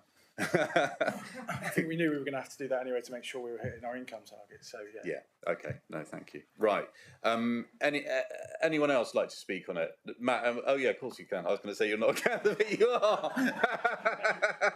Not for long. No. No. Come on, Matt. Yeah. Come on.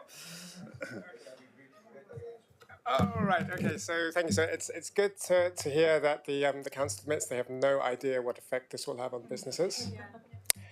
December, gosh, about 6 months ago. That sounds quite a long time to live with this. Kind of related to this, I would like to ask, how strong is the modelling in terms of the effects of income of raising the charges?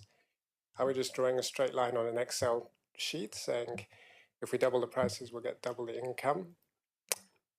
I know we haven't looked at any studies of what effect this will have on businesses, but have there been studies looked at the effect of human behaviour in terms of more on-street parking, not choosing to work in towns, choosing to go to garden centres, supermarkets, Plimpton, where parking is free just down the road? What's the human impact measurement on the study? Thank you.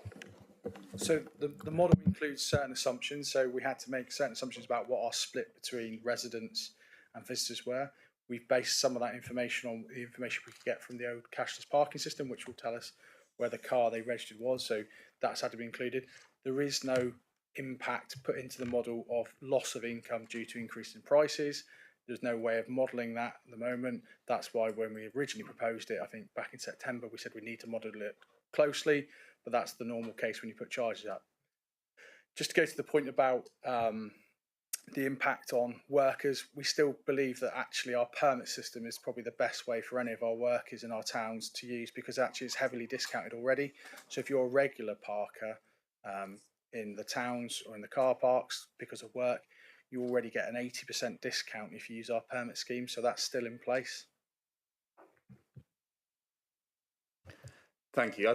I think, Matt, the point you raise about we don't know the impact, and I mean that's probably relative for you, but I think as Simon has said, there is no national standard by which way you can work that out. I mean, I've always been the view, why don't supermarkets charge for car parking? Well, I think that's it. But they're in an unfortunate position, so I take on board that. What we are hoping to do is to be able to come up with some of that data from this, and that will feed back.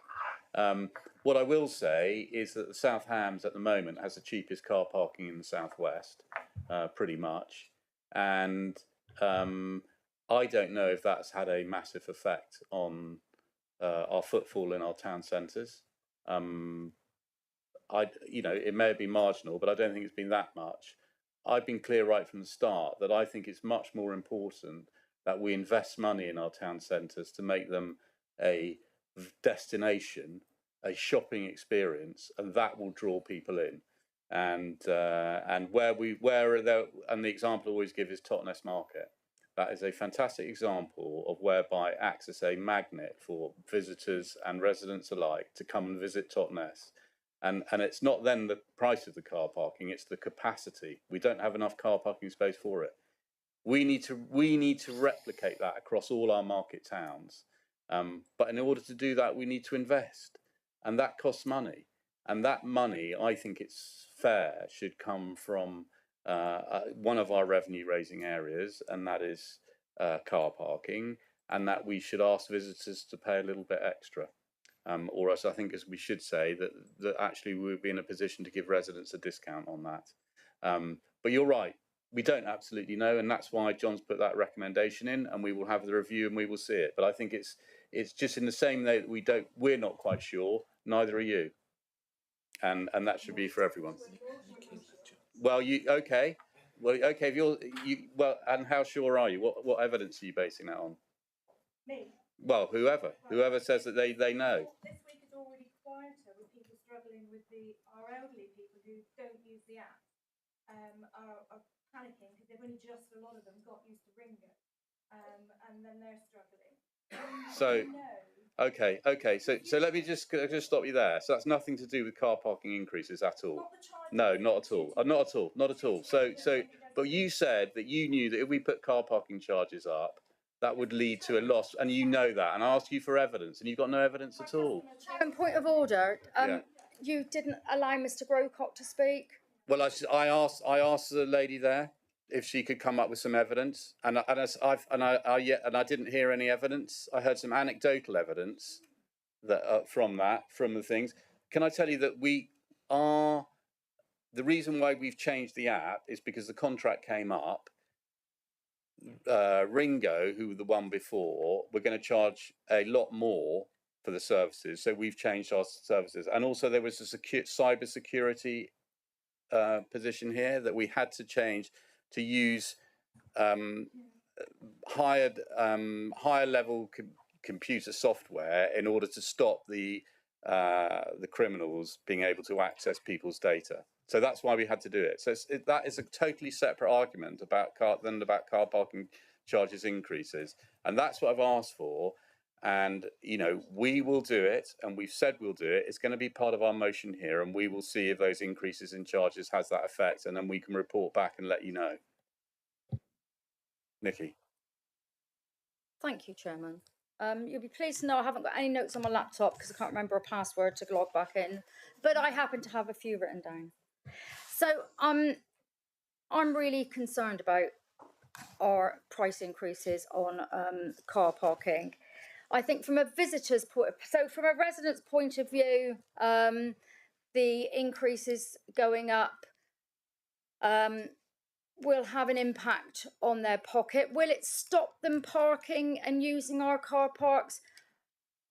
Probably not, because the residents' parking increase isn't significant enough, I don't believe. However, it's still an increase and it still impacts on their pocket. And these days, I feel like a broken record. We are in a cost of living crisis. So if it costs them 50p an hour more to park, that is 50p more, and they're parking for £2 and that's £1 more. So they go once a week, and in a month that's probably a £5 on parking just to park extra. And my concern is that I've lost train of thought. My concern is that where they are, I've lost train of thought. I'll just go back to that one. Sorry. So objections. Now we've heard from Councillor Abbott. The objections were only 0.9% of the 70% of objections. 0.1% of households in the South Hams objected. So we had a very poor turnout to our consultation. Probably, though, a better turnout than we have had to other council consultations. Turnout in consultations over many years within this council and within many authorities is poor. And so I've always taken the attitude of it's a poor consultation, so those who didn't turn out, those who didn't bother, did they not bother because actually it was apathy and they thought, well, they take no notice of us anyway, so why bother? Or did they not bother because they just accepted it? We will never know. My view is it's probably apathy because we took no notice, we will take no notice of them. The only caveat to that is, and I will acknowledge Dartmouth with the Health and Wellbeing Hub, after an executive meeting, we had to change the recommendation, so we would go out to consult on it, and actually in the end we got a pretty good balance between residents, what Met residents wanted and what we as a council wanted, and that worked really well. But I do think in this instance we are ignoring the consultation response. Whether it be small or not, we are still ignoring the people who took the time to respond. And those with the apathy, who thought, well, it'll happen anyway, and didn't respond, maybe they are regretting it now. But I know, people, it's just hard for people to have the time to do a lot of these things. So I worry and I take no notice of the low turnout. That's irrelevant because of the people that turned out. They didn't, I can't remember the percentages, as I say, because I haven't got my computer on, but they didn't want this increase to car parking. And I think we're masking the increase to residents' car parking, because what we're saying is, actually, resident, if you want to park your car in a car park in the South Hams, if you pay £5 to register that car, which I acknowledge went down from £10, you can then have the discount. But if you don't register your car for £5, you pay the visitor rate.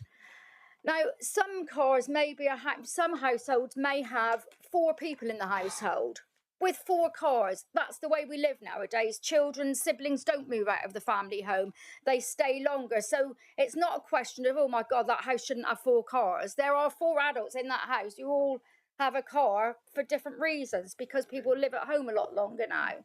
So that's £20 for that household to register their 4 cars. That's before they've got any discount on parking charges. I think that's wrong. I think if you're going to do this scheme, let our residents register their cars. If this scheme does go ahead, and God forbid it doesn't, let them register their cars for free. Don't charge for it. Someone mentioned in 2021 car park charges didn't go up because of COVID, and they didn't. I was on the executive at that time when we chose not to put car parking up because of the increase on people's pockets. Because of, I think in the report we mentioned Ukraine and the problems the world is having now with things going up because of the conflict in Ukraine. Well, we're not in a COVID pandemic now, but we are in a cost of living crisis. So to me, this 2025 is no different to 2021. It's a different situation. In some ways, it's a worse situation because it's people's pockets, and the money that is spent on this car parking will impact on the amount of money they can have in their household. Do I have any evidence on this? No, I don't. Do I agree with the recommendation to see what the impact is? No, I don't, because we cannot impose this now and then think, oh, we'll go back to it in 6 months' time and we're going to prove them all wrong. We're going to get the same amount of income. I really disagree with that, because actually we probably will still have people going to our car parks, and it probably won't make a significant difference.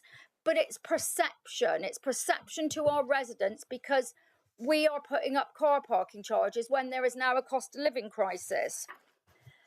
People coming to work from outside of the South Hams, they won't be able to register their cars because their V5 will be an address from outside the South Hams.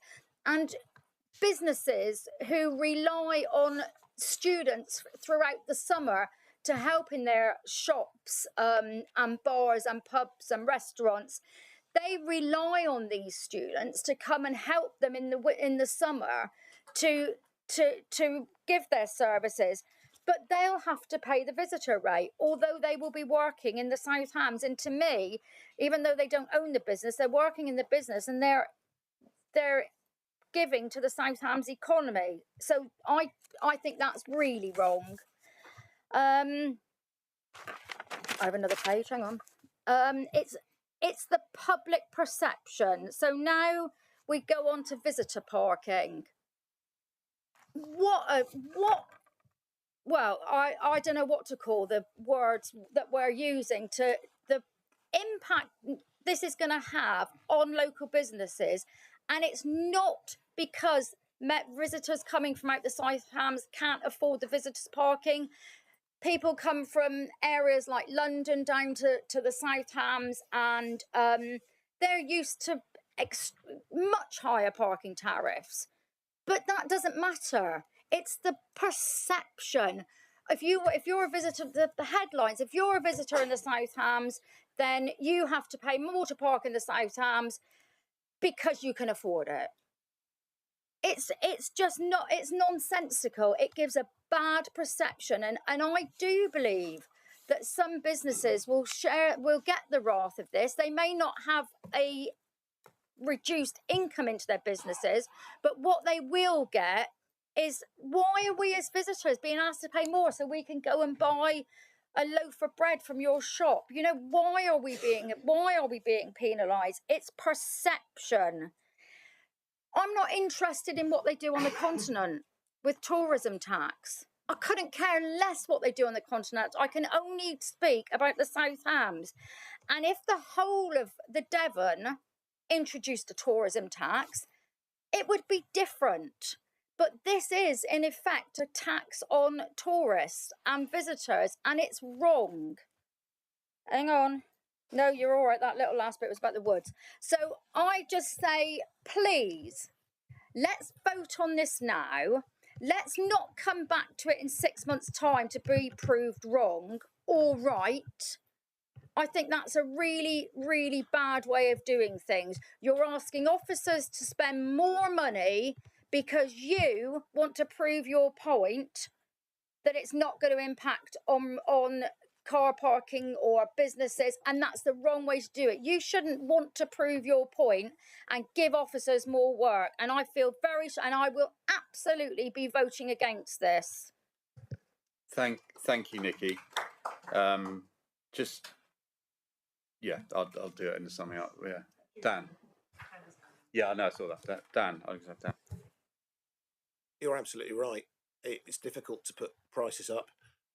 It's difficult to put prices up this year because there's a cost of living crisis. It was difficult to put prices up in 2021 because of COVID. But with 2020 hindsight, Councillor Hopwood, you should have done. And you should have put them up previously. And you should have put them up afterwards. And if you'd put them up a little bit, year by year, then we wouldn't be in a situation where we've got to put them up, in some cases, by quite a lot.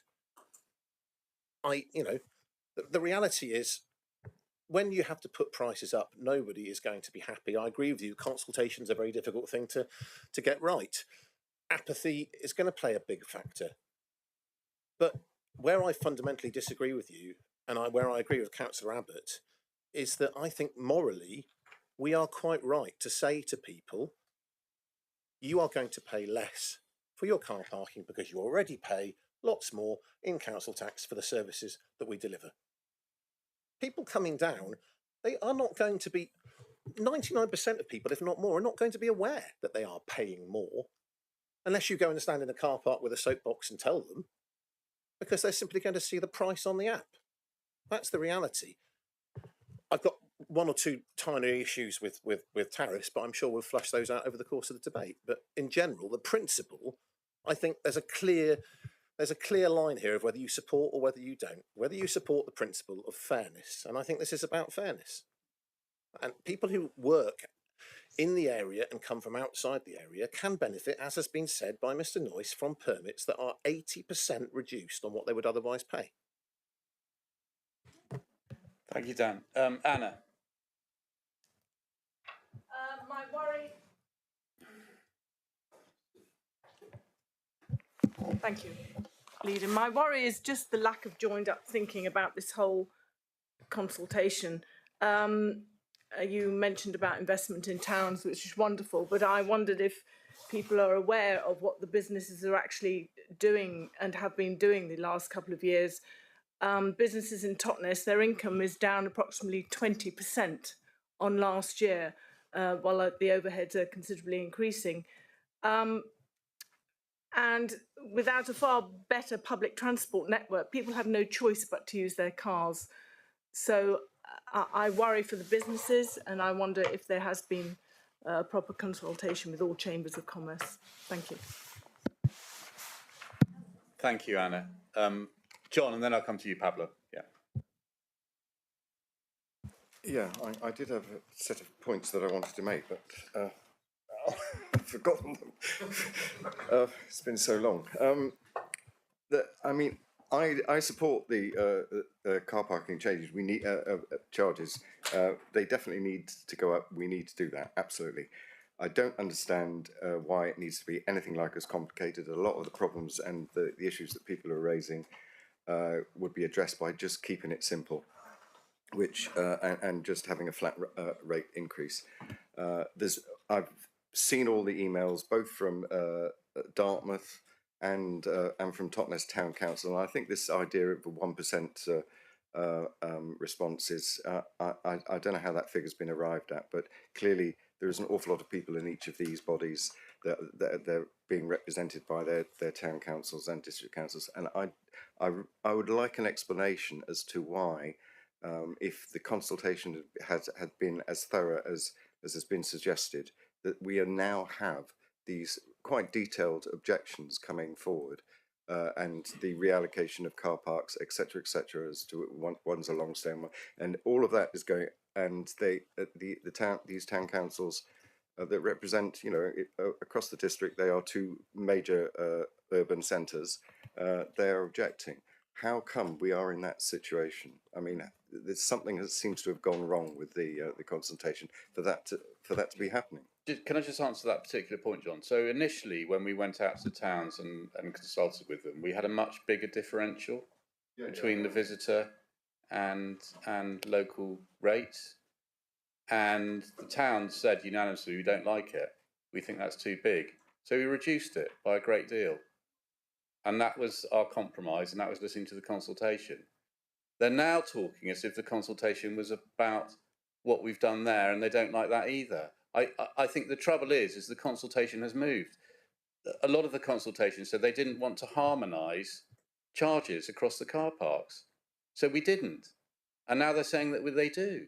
So, it's very difficult. Yes, Dartmouth Town Council said they did not want to see harmonisation of prices across the car parks. Okay, but I mean, so having then done that, they then argued back the other way. So it's very difficult. What I'm saying, the goalposts kept changing during that consultation, because when we did compromise, then then it opened up another on that. So that's why there is still that continuing ongoing debate. And also, as the point has been made about consultation, is a consultation doesn't mean that you say that's what's going to happen, then it does. You discuss it, you go into negotiations, you come up with a compromise. I feel that we've done that, but because it doesn't exactly fit what they wanted, then they've said, no, you haven't listened. Well, I mean, I can only accept that as an explanation, but it seems a bit odd to me that two fairly major town councils, are both pretty much up in arms about what is being proposed, and that suggests to me that there has been some, there hasn't been a real negotiation going on, because you wouldn't be in that position if that had taken place. So I support the need. I mean, there is an undoubted need for the car parking charges to go up. But I'm not entirely convinced by the methodology that's been employed here at all.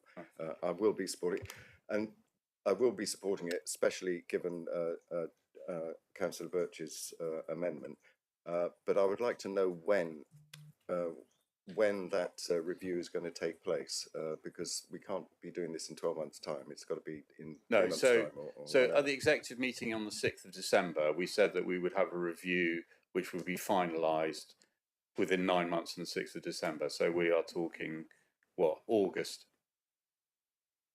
End of August, which is probably good, because that takes in the holiday period as well. Yeah. Okay, but there has to be a recognition that as a result of that review, there will be a willingness to change things. Absolutely. Look, I mean, John, we've got a vested interest in it as well. I mean, if no one's going to any of our car parks, we won't be getting any of the revenue. So, yeah. Well, I was going to bring in Pablo first. I just want to respond to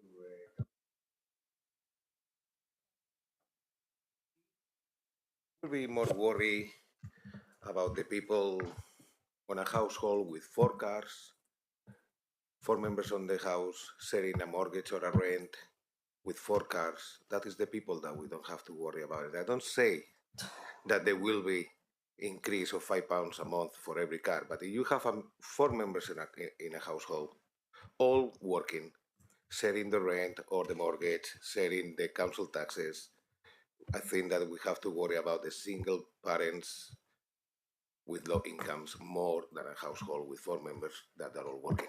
Thank you. Thank you, Pablo. Jackie. Thank you.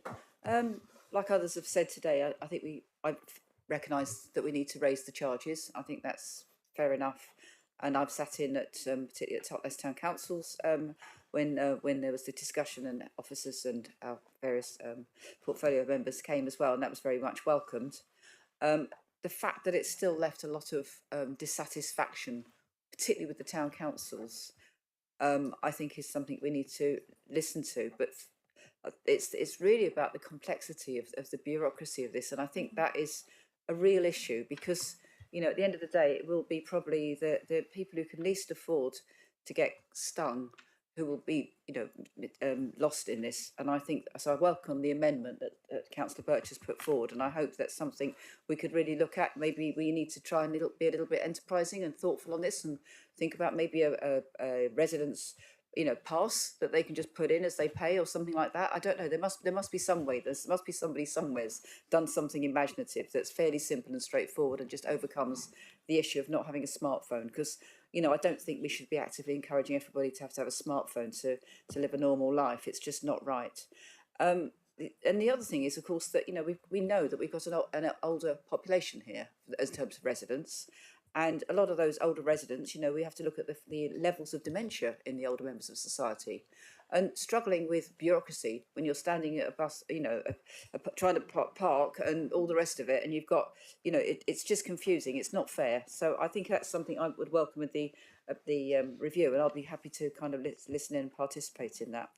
But beyond that, the other thing I was going to say was that in terms of, it's been raised about the teenagers getting, needing to use their cars to come in for a part-time job. I mean, as a teenager, I know I'm going back a long time, but as a teenager, I always had a job somewhere. And I mean, I know I used either the bus or my bike. It was just, I didn't have a car.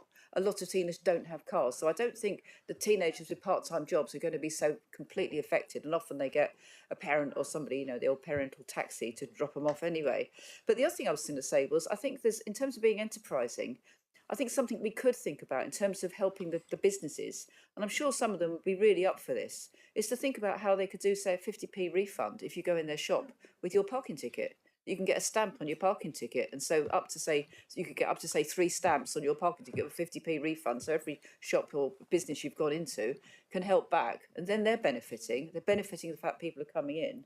And, our towns are quite good at that. We've had refund schemes before, which I know we've administered, and that's difficult. But if they administer it directly themselves and can say, 50p back and there's your whatever, I just think that might be something we could encourage and maybe support with the towns to kind of have maybe a bit of a unified thing that through our comms. So just thinking a bit more sort of diversely might actually help everybody feel a bit better about this and not quite so done to, because it isn't easy, but I think it's something we have to do. No, thank you, Jackie. I think that's a good idea, actually. But of course, it would be we'd leave that to the towns to sort that out. Denise. Thank you. Yes, as has been said, it's quite a complex scheme, and as one issue pops up and it's dealt with, another one sort of pops up as a consequence. And I mean, as councillors will know, I also have a problem with the, for example, the proposal to charge residents a fee. We had as Julian said, there was a larger differential between the residents and the visitors' rates originally, and that has been reduced, which seems to suggest that there seems less of a reason to charge residents an admin fee for now that there's a reduced differential. It seems that it should be absorbed into the scheme to me, and as has been said, £5 per vehicle, then people have more than one vehicle, and it doesn't mean if you have a lot of vehicles you have a lot of money necessarily. You could have an old banger. And that's per annum as well. So I'm uneasy about, it's complex, and it's also burdensome from an administrative point of view for people, and the resident discount is sort of less than it was originally. So I have a problem with that. I can't see that the review is going to change that. I mean, I've already proposed an amendment that we don't have such a fee, and that was lost, and I can't see us changing the review changing that. We need to deal with that at the beginning if we're going to sort that out. So I do have a problem with that. I mean, I do think also, having said that, it is reasonable, entirely reasonable, to raise our car parking charges after 4 years. Inflation has risen a lot since then for everybody, including the council, which hasn't been served well by the latest government funding, as we've heard from our finance officer. So we do have to balance these things. And our charges are broadly aligned to the southwest region, but the differential system is quite new, as others have also said, and so that's it's an interesting idea, but also it's sort of going into the unknown as well. Was it 3 of our main towns expressed concerns about that? We have tried to address those concerns as well, but as I say, it's trying to keep all the balls in the air. I do remain with reservations about it. Residents who can't, elderly residents been mentioned, who can't use smartphones or don't wish to do so, will get an extra 30 minutes, but it's not it's not equivalent. It's not the same.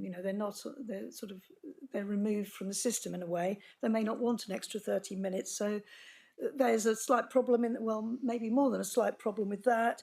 As has also been said, people who are low income, who work in the area, who come from Plymouth or Torbay or wherever, who maybe don't work full time, will have to pay more. I don't know how the permit system could accommodate them, if it can. So I'm conflicted about it. On balance, I'm not even with the recommendation to review it. I feel that it's sort of, these things are sort of set more or less, and I don't think I can support it. I think I'll be abstaining on this. Thank you. Thank you, Denise. Right, Nikki, you're going to be very brief because you've had a lot to say. I have had a lot to say, but no, I'm not going to be very brief because I've got some more to say from what's been said. So, well, I might hurry you up at some point. Well, please don't. Well, so a few things that have been said. The 50p cash back to businesses. Businesses are being absolutely squeezed dry. I don't want to go into that now because we're not actually discussing. It's up to the businesses to sort that out. It's nothing to do with this council. Chairman, it may be nothing to do with this council, but you said when that remark was made, yes, that's maybe something we can talk to the towns about. So absolutely, it's part of this. I'm going to say it. And businesses are being squeezed dry. We're not, as a council, we can't say to a business, give everybody 50p back off the car park. It's us. That's why, Nikki, I'm going to stop you there because I'm going to shut that down because I did say it's Okay, up to I've the got it's up to more. the businesses to Yep. sort that out themselves. If they Fine. don't want to do it, they don't have to. It's Fine. nothing for this council to impose that on them. Fine, I'll go on to the next point. Car parking is, as we heard earlier, at a break-even point. So actually, car parking isn't making a loss at the moment. So why change it? Yes, there were compromises made between the council and South Hams, but still the towns aren't happy because the compromises didn't go far enough. And I find the comment about 4 members in a household all being able to work as opposed to a single mother patronising, because people work on minimum wages and we should not differentiate. You know, single mothers struggle, single fathers struggle, retired people struggle, unemployed people. But just because you've got 4 houses doesn't mean that, and you're all working, doesn't mean you can pay the bills. So I don't agree with that comment at all, and I think we should completely disregard it. And I just, please, let's not introduce this visitor and tourism tax. My compromise would be if there was any to be, if I was, which obviously I'm losing the whole thing at the moment. So the only thing I think that I can support is an increase in car parking charges for residents, but not introducing the visitor and tourism car parking charges. You're asking for compromises. That's my compromise, and I think point 5 of your recommendation, where it says that the authorise the Director of Customer Service and Delivery in consultation with the lead member and member to put car parking charges up by to the nearest 10 pence every September, is just an open way of putting car parking up every year by 10 pence a year, and I absolutely disagree with that. Okay. Right, Dan. And it's what you should have done when you were in administration, because if you'd done it, we wouldn't be having to do this now, Councillor Hopwood. And I'm sorry if I sound cross, but that has made me absolutely furious, because your administration, year after year after year, said, let's do the politically expedient thing and sizzle our hands and do absolutely be all. You should have done this. If you'd done it, we wouldn't be doing this now, and that makes me really cross. We did put car parking charges up. Right, okay. Okay, right. I'm going to sum it up now because that's my prerogative as the chairman. No, sir, you're not. You can't speak again. You would come back to a point earlier on. Yeah, well, we haven't. Yeah, trust. So you can judge that at the end of it. I'm not going to talk about it now. I'm not. No, sir, I'm not talking to you now. You know, you've had your chance. You've made your point. You will be able to judge. You will be able to judge. You will be able to judge at the end of this debate whether you feel that you have trust in us or not. And that is your decision. It's not for me to tell you that you have trust in us. You have to decide that for yourself. No. Right. No. Leader, if it helps, the council meeting rules do not permit public participation outside of the public questions. I know. And I think I know. I mean, this is the trouble: is you give someone an inch and they take a mile. You know. So I mean, what do? I run meetings that no one can say anything at all. You know, from the public. I'm trying to be as open and inclusive as possible, but that does mean that you need to, you need to appreciate and respect our position as well. Right. So look, can I just say that in 2 years' time, this council won't exist. Yeah, you're in favour of that. That's great. But can I just say that, so we have 2 years basically in order to future-proof, to invest in the South Hams. And if we don't do that now, because you can bet sure as eggs are eggs, that car parking charges will be going up and harmonising with what they charge in Plymouth and Exeter and all those other places. And that extra car parking revenue won't be invested in the South Hams because we'll be a much bigger unitary and it'll probably be invested in Plymouth. So we have an opportunity now to raise money to invest to future-proof the South Hams for the residents of the South Hams. And that's what I'm focused on, and I think that's what we should all be focused on in the next 2 years. So let's talk about the consultation. So we did go out to consultation, and I think we've moved one heck of a lot from the initial consultations that we had. That we did have a much bigger differential, and we've stopped that. We were going to harmonise the car parks, and we've decided not to do that. Okay, so I think we did listen. Kingsbridge Town Council came up with a solution to their car parking charges, and most of the objections to this, most of that 0.9% came from Kingsbridge because they were unhappy about the massive increases in charges on Fore Street car park. And they put forward a solution to that whereby they reduced those charges and put them up in the longer stay car parks, the Cattle Market and Lower Warren Street. And we've accepted that 100%. So that's where the consultation worked incredibly well. It's fair to say that it didn't work as well in others. I've listened to Dartmouth, and I think, to be fair, I think there is a point there. You know, why is it that Dartmouth is the most expensive of all of our car parks in the South Hams? And so I would propose a slight amendment to that, and that would be that we will reduce the car parking tariff on the 4 hours for visitors and residents, but reduce that by £1. I think so. That's from £8 to, I can't read that. What's that? Yeah. So the 3 hours is, as you see there. So at the moment, those are 8 and 7. They're £1 extra, and that will bring. So Dartmouth will no longer be the most expensive in the South Hams. It will be with parity with others, and I hope that shows that we have listened. And that it's, and I think that is fair and equitable, that Dartmouth is no longer the most expensive, but is equally, is equally as expensive, or I think as people outside of the South would say, equally as cheap as the rest of the car parks in the South Hams. Can I just also say that talking about consultations as well, we went out to consultation. I think we publicised it as much as we could, in the sense that, thanks to the comms team, there was plenty of it on media, on social media, on the telly and things like that. We had less responses to this consultation than we did to our motorhomes proposals, which I think tells a lot. Says a lot.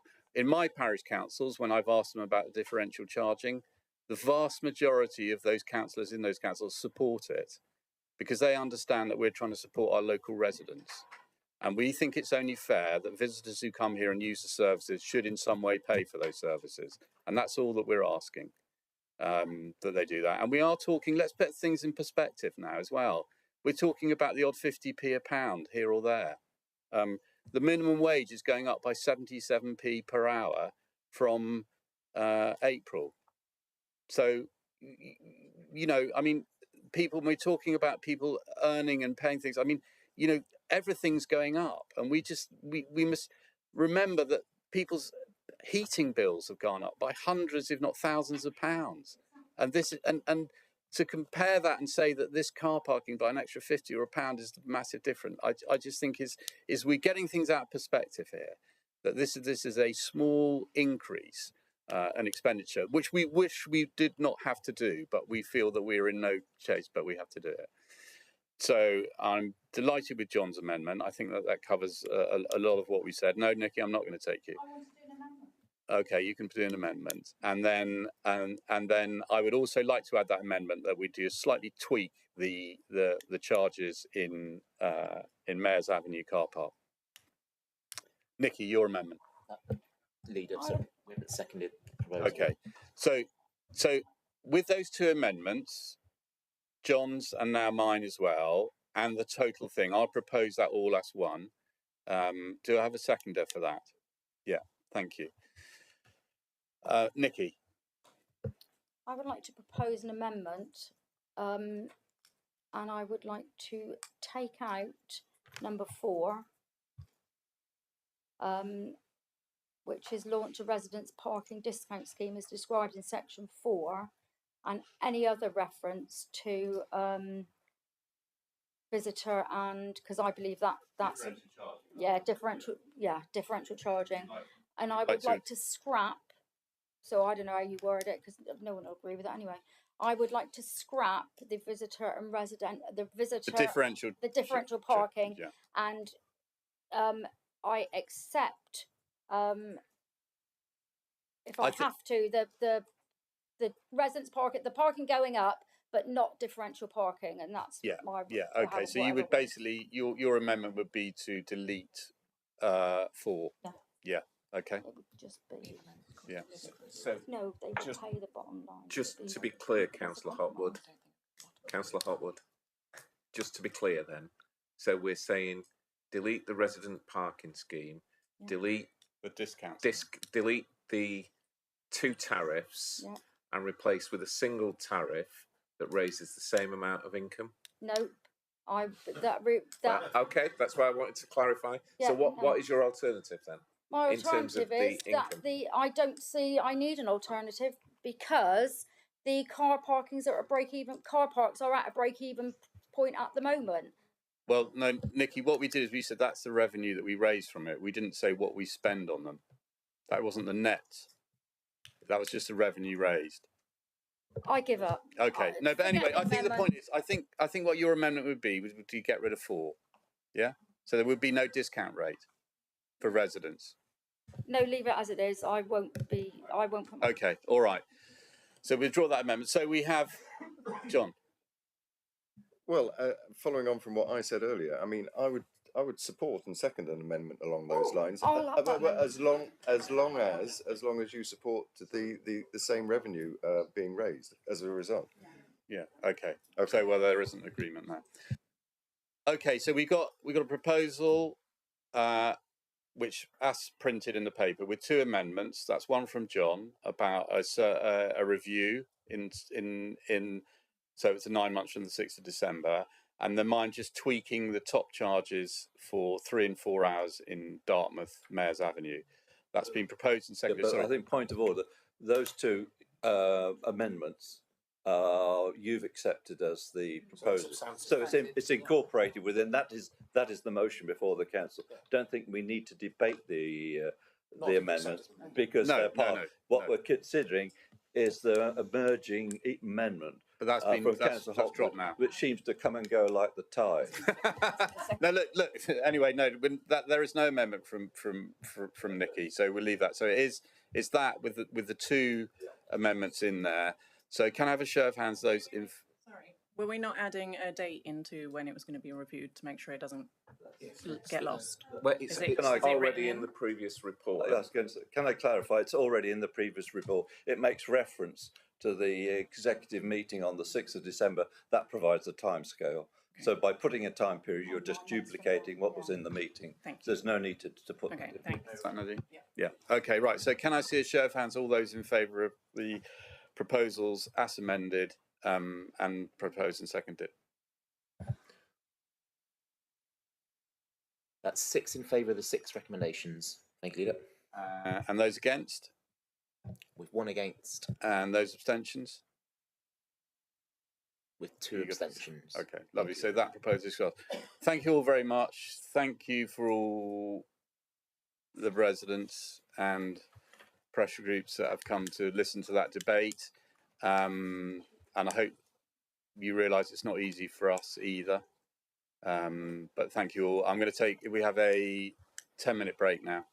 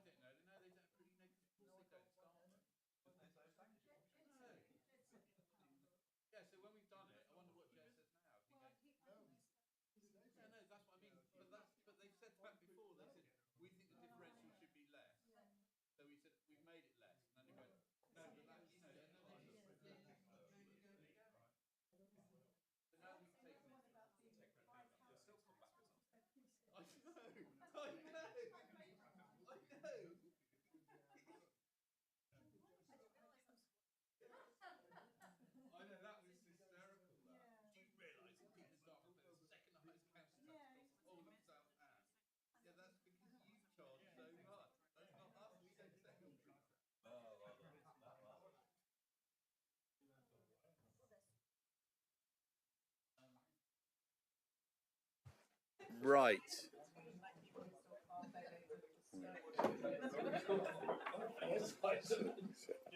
Right, members. I think we're all here. So now let's crack on. Draft review and capital budget proposals.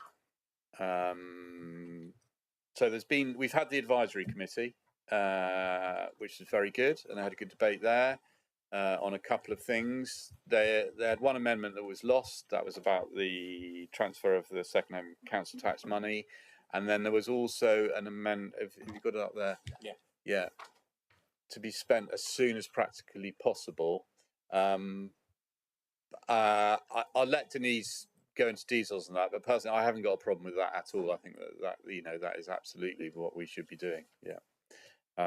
Anyway, but Lisa, if I let you just introduce it, and then I'll open it up to other members of the executive. Thank you very much, Leader. So this is the draft budget proposals, revenue and capital for the next financial year, 2025-26. And what we've done, obviously, we had the draft finance settlement just before Christmas from government, and we've done our consultation response to that. And we've also modelled what we think the financial picture is going to look like for 26-27 and 27-28. This paper sets out balanced budget proposals for next year, 25-26. Obviously, we've got a legal duty to set a balanced budget.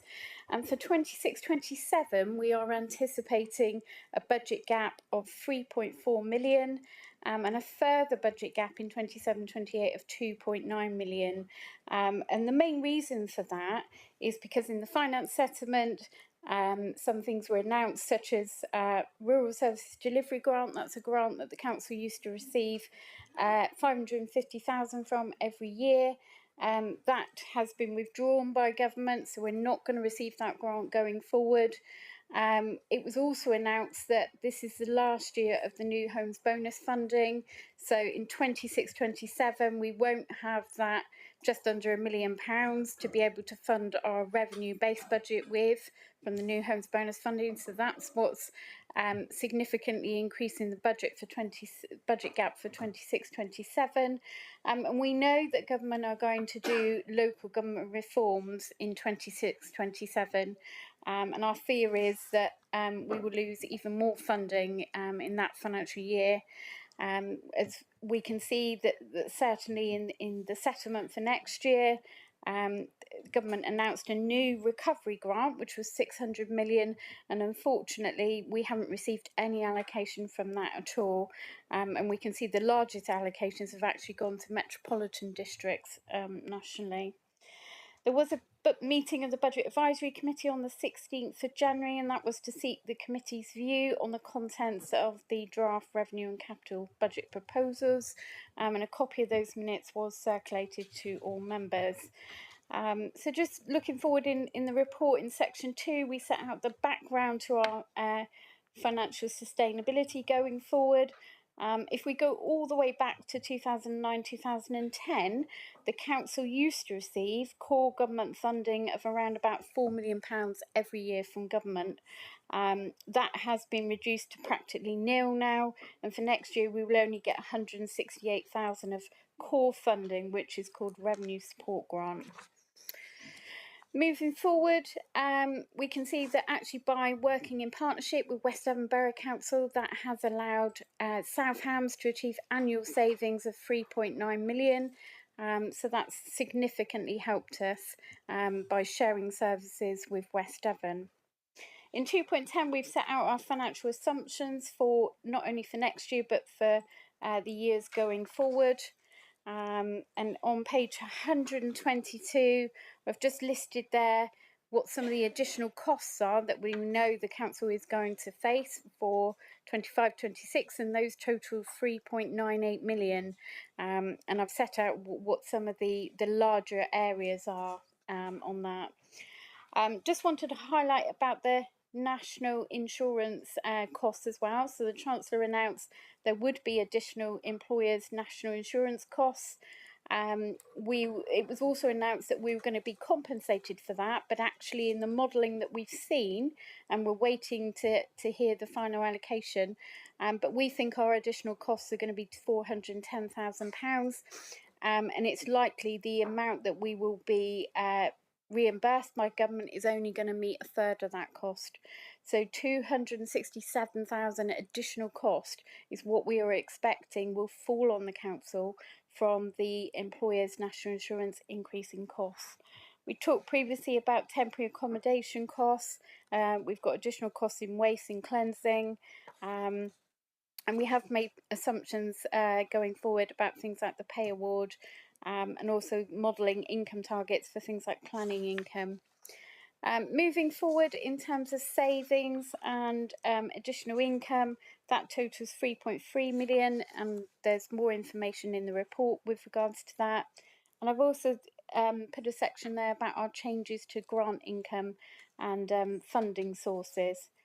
So the government always talk about our funding in terms of what's called CSP, core spending power, and we didn't get any increase in funding at all from government for 25-26.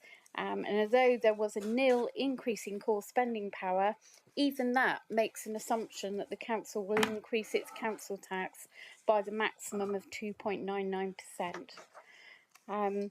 Going forward, the council plan, members will consider a report on the year 2 delivery plan for 25-26.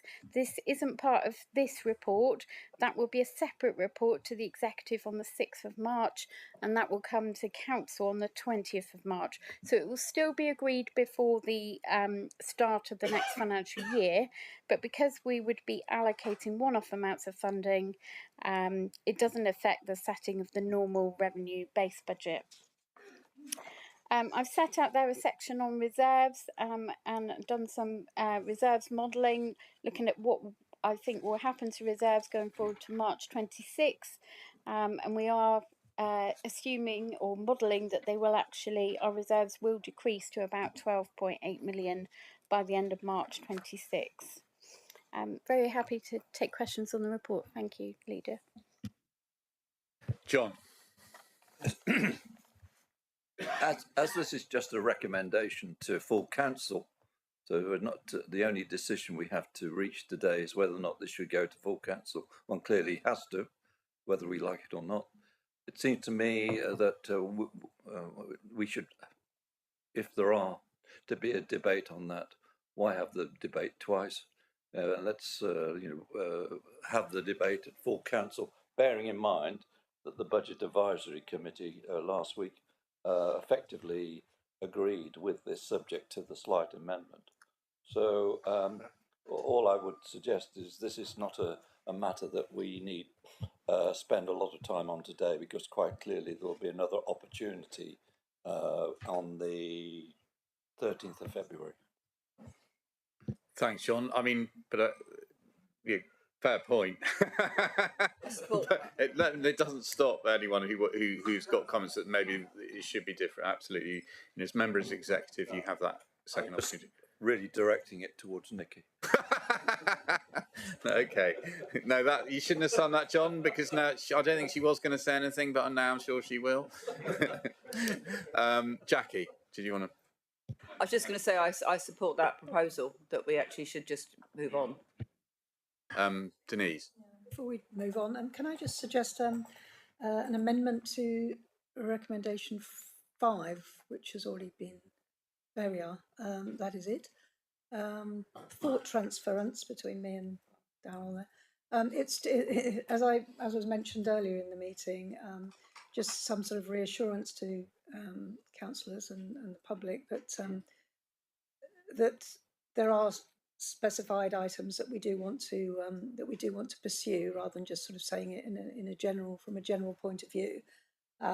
So that's why the wording's been added to as soon as practically possible, which reminded me of Mary Poppins, to purchase further local authority housing fund properties and to buy social housing units, as set out in 4.7 of the report, just slightly further down. Just to flesh that out a bit, we've already gone through 3 rounds of the LAF, the Local Authority Housing Fund, purchases of temporary accommodation to try and bring down our our housing homelessness costs. And we have put in a bid for more funding from the LAF government funding, and we would be wanting to match fund that. So that would be a large part of the second home council tax premium being used for that. Obviously, that doesn't happen straight away, but we hope that we would be able to sort that out within months. You know, we'd be able to be notified on getting that funding, and that would be for what we would like is 2 larger properties, and they would be used for HMOs, homes of multiple occupation, in order to use single accommodation, because that's what we have the need for. 1 bedroom for single people, that's where the need is. So that would be a key focus for us, and we've already put in that bid, and we also have in mind buying separate social housing units as well for families. So we have both of those, and that would we estimate that we would need £200,000 or so, as well as Homes England funding, which is government funding from another pot. So that would more or less total roughly the amount of the second home council tax money. So that's just in support of that amendment to that, because as was said earlier, we have a £320,000 overspend on our homelessness budget. So we need to take action, and we have a housing crisis. So I think it's really important that this money is spent this way. No. So that's thank you for that, Denise. Look, it's my fault because again I haven't proposed the original motion. So if I propose that and I'm very happy to include that amendment in it, because I think it highlights exactly what we intend to do with that money. So if I propose it, including Denise's amendment, and does that? I mean, we can leave in that bit that the budget advisory group wanted in. I think there's no need to take it out, but although this just doubles down on it really. So I'll propose the as they are. Have I got? And Dan, you're happy to second that? Okay. So that's taken, and that's including the amendment that Denise put forward there. Yeah. Okay. So John doesn't want to speak. Jackie doesn't want to speak. Nikki didn't want to speak, but it's going to now. No. Okay. Right. Are there any other? Bernard. I just wanted some clarity on the second home bonuses. Is that dead in the water now? Is that's not been replaced by anything? The new homes bonus. So there is new homes bonus. There is new homes bonus next year. I know John said it can't, but I think he was talking about the rural services delivery grant. There is new homes, but we have no guarantee that will continue. Okay. They've said that it's the last year. So if they may replace it, they may not. I mean, it's not. Who knows with this lot? Yeah. Leader, the government have said that they will do a consultation on new homes bonus in the summer, but they have been promising that for quite some time. but that's the current thinking, that there will be a consultation. Let's hope it's better than our consultation. No, I didn't say that. No, right, okay. No, thank you for that, Lisa. I mean that. So yeah, okay.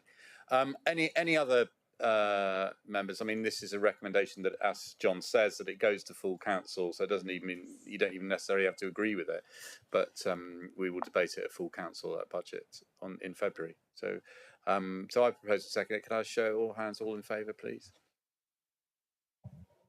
That's 8 in favour, thank you, Leader. And those against? With 1 against, thank you, Leader. Thank you. Right, agenda item 11. Council tax discounts and premiums. Jenny, welcome. Good to see you.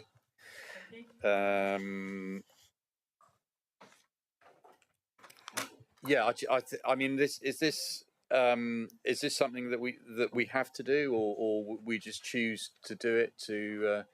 We're given the option, aren't we? It's a bit like second home council tax. If we want to do it, we can, and this is what we're doing. No, we actually need to make a formal resolution. Right. Okay. Thank you. Do you want to just go through quickly? Lovely. Thank you. Thank you, Leader. The report sets out the proposed council tax premiums discounts and premiums for 25-26. It's recommended that they remain unchanged.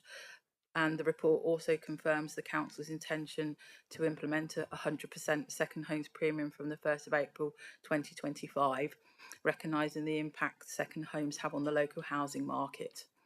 The government has legislated for certain mandatory exceptions to second homes and long-term empty premiums. As set out in paragraph 3.10, it's estimated that 737 dwellings will be eligible for a mandatory exception and therefore will not be charged a premium. This is mainly for annexes and seasonal homes. The government has also also asked councils to be mindful of their local circumstances and the potential of council tax premiums generally, thus giving councils local discretion to agree further discretionary exceptions. The proposed discretionary exceptions are set out in Appendix A, and it's estimated that 36 dwellings will be eligible for a discretionary exception. The report also proposes a minor amendment to the council tax discretionary discount policy to make the process for the review of refusals clearer and more transparent. In the event that we apply a premium and the taxpayer is aggrieved with that decision, they would have the opportunity to apply for a discretionary discount. So it's just deemed good practice just to make that process as clear and transparent as possible. Happy to take any questions. Thank you, Jenny. That's very clear. John. Question on the table on page 170 under Class M that gives an exemption for empty dwellings requiring or undergoing major repairs or structural alterations, 12-month limit. Do we as a council actually go and check as to what is happening there? Because I believe there's a possibility, bearing in mind there seems to be 25 properties here. This is as a way of escaping the additional sums levied on empty properties, is to seek to say that it's undergoing major repairs or structural alterations. In other words, I think there's a possibility there may be a wheeze going on there. So historically, we'd kind of taken that as fact, and had only asked people to provide photographic evidence. What we now have is we have inspectors, and those inspectors have a compliance aspect to that role. You're right, it is a potential wheeze, but we are mindful of that and we have measures in place to deal with that. Thank you very much. Thanks. Members, any other questions? No, I think again, thank you, Jenny. Very clear report, and I hope you don't get inundated, which you may do.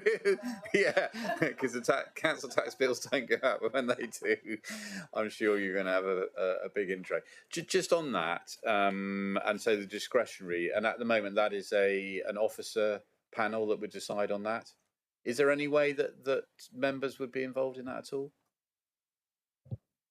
The intention is not to involve members at this point in time. I think this is obviously an emerging area. This is one of the biggest changes to council tax legislation, probably for a number of years.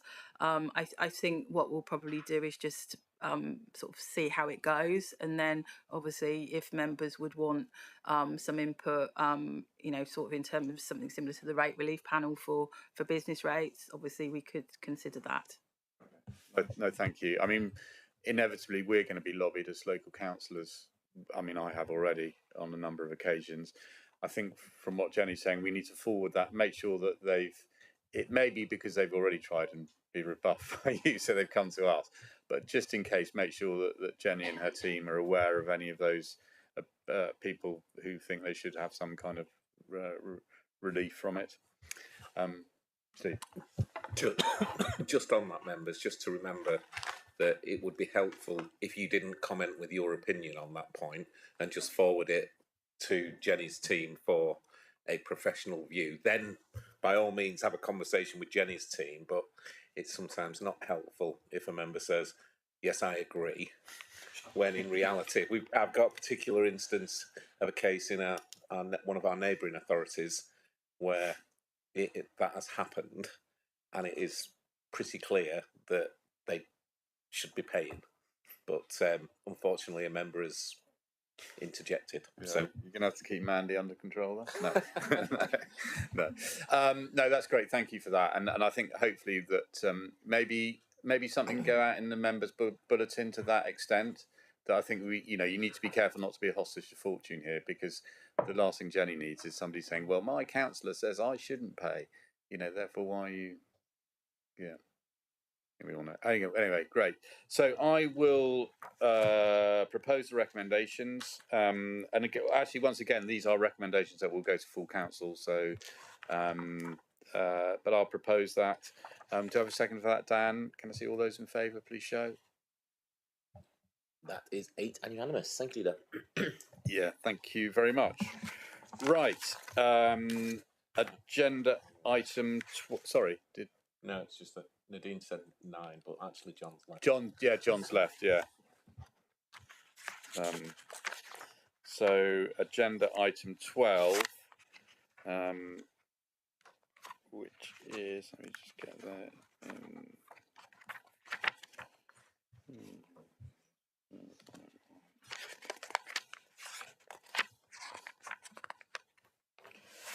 Here we are, review of non-domestic rates, discretionary rate relief policy and business rates review. I think it's particularly important for us because as we've talked about, and actually, John, this may be something that comes up in the visitor economy, is that I do know many tourism industries struggling with extra costs. So this is particularly pertinent to that. But Jenny, over to you again. Thank you, Leader. The report confirms the Council's intention to implement a further retail, hospitality and leisure relief scheme for 25-26 based on government guidance. This is fully funded by the government through Section 31 grant and is estimated that it will help almost 1,000 businesses. The report also sets out a minor amendment to the discretionary rate relief policy. This is required to confirm the ending of rate relief for private schools with effect from the 1st of April 2025, and it's estimated that will actually impact only 2 schools in the district.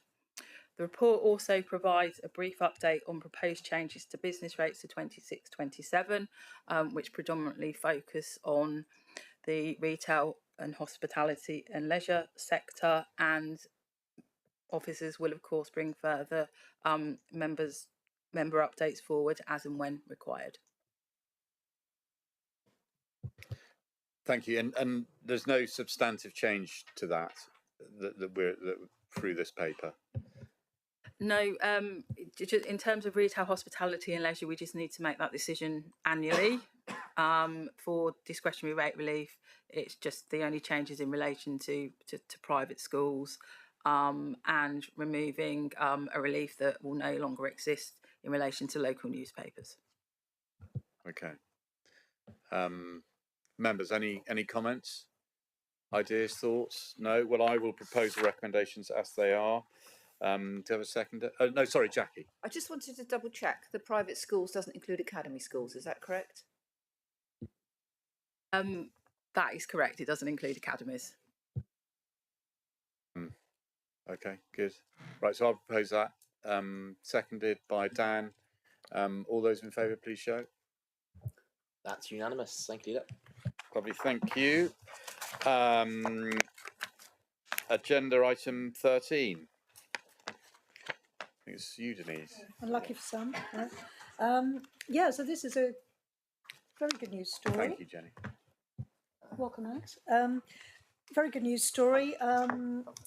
39 social rented homes for Dartington to help deal with our affordable housing crisis at Clay Park.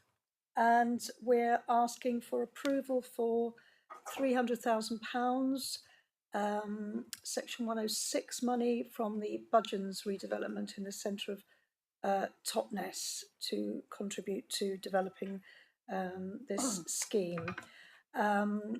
So we, as I say, we've got 39 social rented homes, which are in the offing, delivered by Asta Housing Association, working with the CLT Transition Homes Totnes.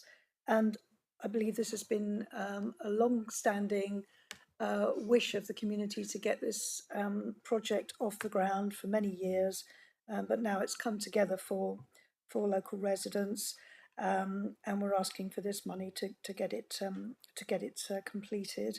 They're going to be high energy efficiency homes, EPCA with air source heat pumps, and I believe there's going to be lovely things like an allotments and orchard, etc. So it does sound very lovely, and so I hope that this will be approved. And we've got the author of the report, Alex, here. If anyone's got any specific questions about this. Thank you, Denise. Jackie, I bet it's in your ward, I think. It is. It's been there a long time. This has been coming through since 2000. Well, to my knowledge, this was sort of like a spark in the eye of Transition Town Totnes back in 2008. So it goes back as an ideal project where it was started off to be 100% affordable housing, but with all this, you know, that all the energy savings, all the energy efficiencies, a whole thing about supporting community, sharing resources, and having space to be able to, as been outlined, to do allotments and growing food collectively and separately, as well as orchards, etc. Really nice spot, and also being close enough to Totnes to be able to walk in as well. So, you know, ticking lots of boxes. It's been fully supported by Dartington Neighbourhood Plan, which is yet to be actually finally approved, but it's always been there. And it was, you know, it's been debated at times because it's right between, it's like in what's called the wedge, what was always seen as the green wedge between Totnes and Dartington, and it was quite protected as a site from that point of view. But because of the nature of it, Dartington Parish Council has always supported it. And don't be confused that in the joint local plan somehow this got included in Totnes rather than Dartington, something I raised at the time, but hey, you know, that's a few years ago. But if you look at page 217, you'll see how long this has actually been on our radar. Since 2012, this is, so it's, you know, it's 13 years since, or, you know, just over 13 years that this is, you know, no, 12, just over 12 years, actually, just over 12 years. But it's a long time, and it's been a lot of different case officers, and you know, it suddenly sort of really started to move when the case officers really got what was actually being discussed, because it was, you know, there's still, believe it or not, some are relatively, you know, new ideas that were kind of being put forward, and it was like, oh, it's a bit impossible, no, you've got to put the houses right up against the road, etc. And it's taken a long time to get to this, and then the last blow really was the whole thing of Brexit and suddenly all the prices going up. So, you know, I think full credit to our officers who then stepped in to help and bring a negotiation with Ashton to actually then return this from where it slipped almost to, I think, about 60% affordable, 100% affordable again, and not just affordable, socially affordable, social housing. So I'm absolutely delighted with this, and I'm really pleased we've come to this. The 300 from the Budgeons, which is the old Budgeons site in the middle of Totnes, which you might remember, anybody on the planning committee, during COVID when we were all in plastic tubes for the planning committee, where there was a real... He's been really ignoring. Only at weekends, Julian. Touché. They beam me up, Scotty. The whole thing about sort of like where we were going, well, I was very disappointed with the affordable allocation of finance. As far as I remember, it was 420,000 that we got. So there's still some left in the pot for the affordable housing. Is that correct? Yeah. 410 was it in the end. So it wasn't really not enough, you know, to what we could, given the proximity and the location of that. But if it's meant that there's been money put to this, I think that's a good outcome. So yeah, thank you, and thank the officers and for all their time over the period to be so supportive. No, thank you, Jackie, and well done for all that you've done in pushing this project forward. John.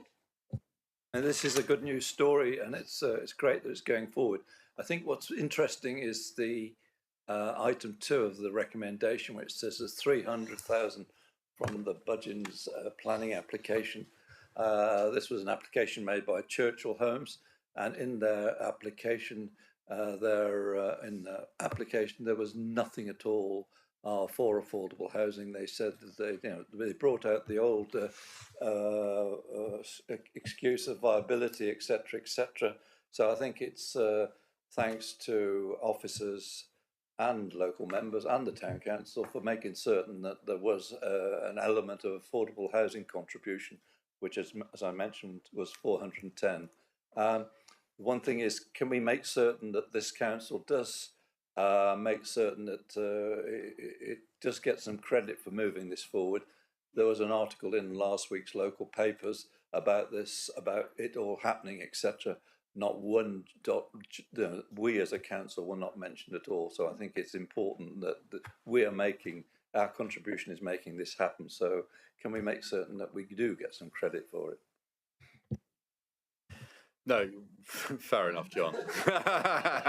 No, I mean, to be fair, this has been a long ongoing project, and I think Jackie, as the local member, takes particular credit for keeping that project going, and the officers also for rowing in behind it. But the affordable housing team. Actually, yeah, no, absolutely, really supportive absolutely. all the way through. Yeah, no, thank you.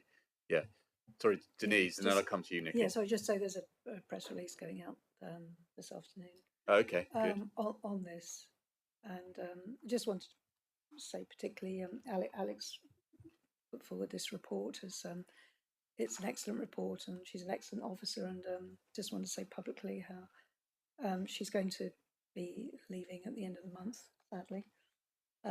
So just wanted to pay tribute to Alex for all the good work she's done over the years. She's been very helpful to me and anyone who's dealt with her. I don't want to make her cry. Sorry about that. Maybe I shouldn't. But I just wanted to take the opportunity in a public meeting to. Was it party on the 31st? Yeah, well, yeah. So it's a good way to go with a report and a result like this. Absolutely. And although she thinks she's leaving us, who knows, with reorganisation, she may be back with us. We'll sort of see what she thinks. Yeah, don't get too upset. Nikki. Thank you, Chairman. I think this is excellent. Anything that brings affordable housing, social rented housing to the South Hams or shared housing is more, is so welcome, because we are in desperate need of it. I have a real issue with the word affordable housing, and I just wish it could be changed.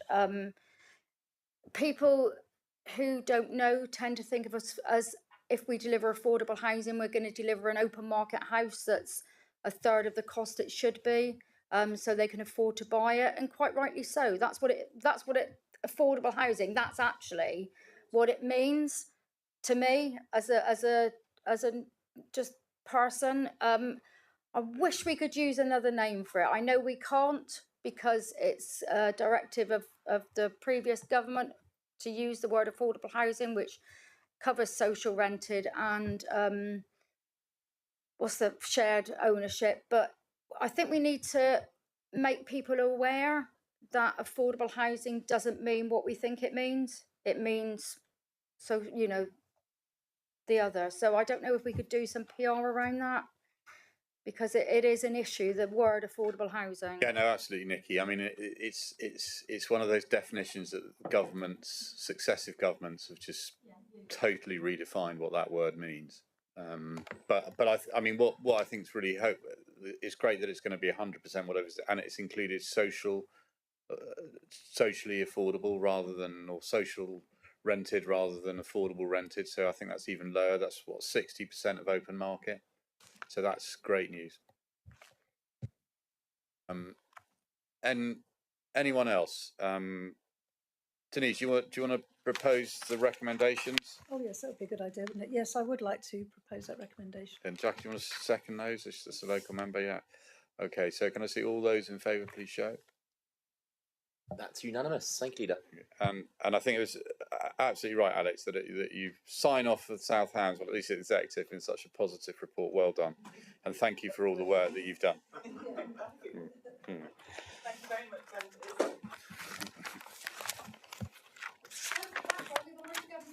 Yeah. Well, right. Item agenda 14: investment in sport and recreation, Roborough Sports Ground. Alexis, hi there.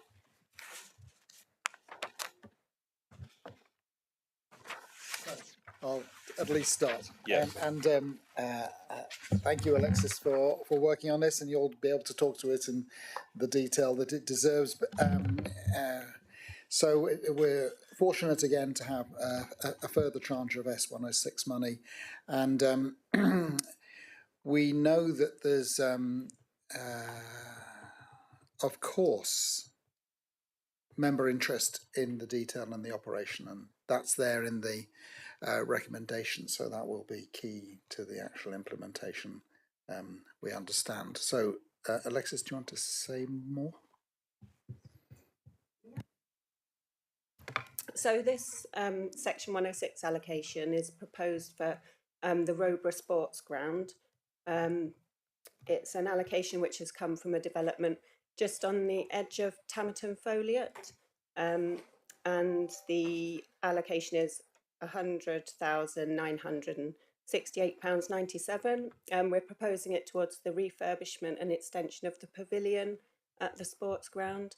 It's in a really poor state of repair at the moment, and so this will improve the changing and the toilets and the showers and things so that it can be better used. It's predominantly used by the football club at the moment, but there is potential for it to be used a bit better by the wider community once those facilities are improved. Yes, so we're looking to really seek approval of the executive for the allocation of those funds to it's the Roborough Recreation Hall and Playing Fields charity who manage the site. No, excellent. Members, yeah, Nikki, it's not in your patch, but next to it. Yeah, thank you. I'm wondering why it says wards affected Bickley and Cornwood.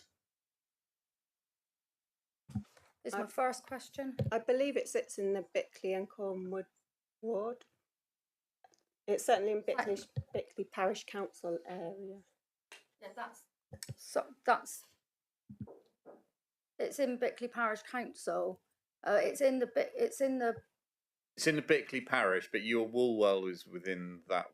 So the Woolwell. No, I see what you mean. Yeah, it's because it sits within Chris Oram's ward, and that his covers. Yeah, sorry, now I get that now. But Woolwell does.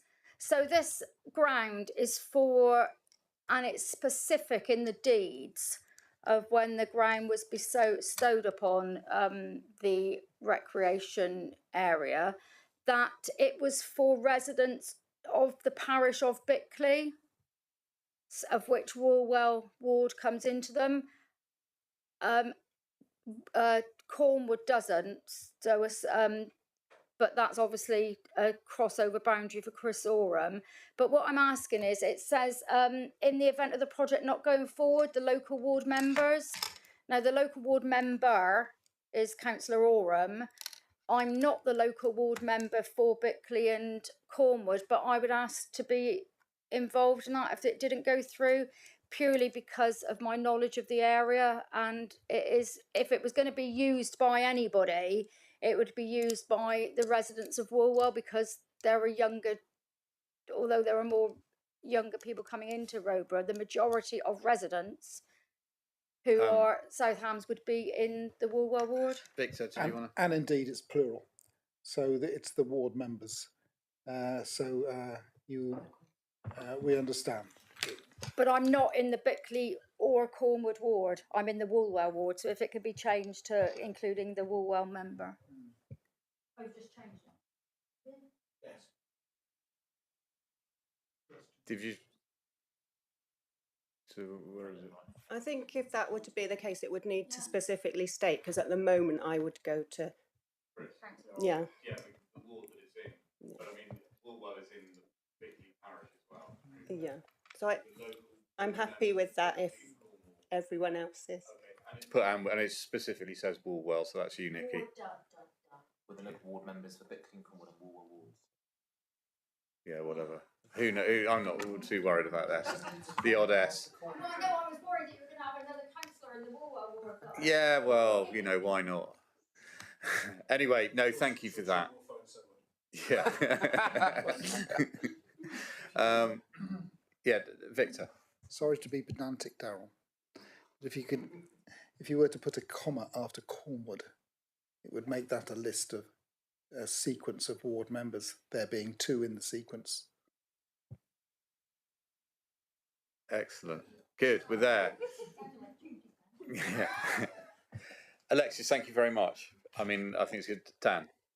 Without wishing to be flippant, I hope it doesn't. I hope this doesn't arise because I hope the project goes ahead as is on the table, and I absolutely support it because having been there and used the facility, it's in a lot of need of care and attention, and it's also great to see that it's a very much a collaborative project. You know, looking at 1.7 as where all the money's coming from.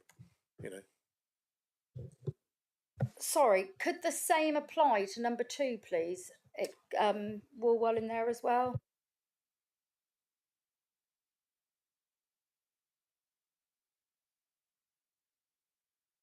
Yeah, no, that's fair enough.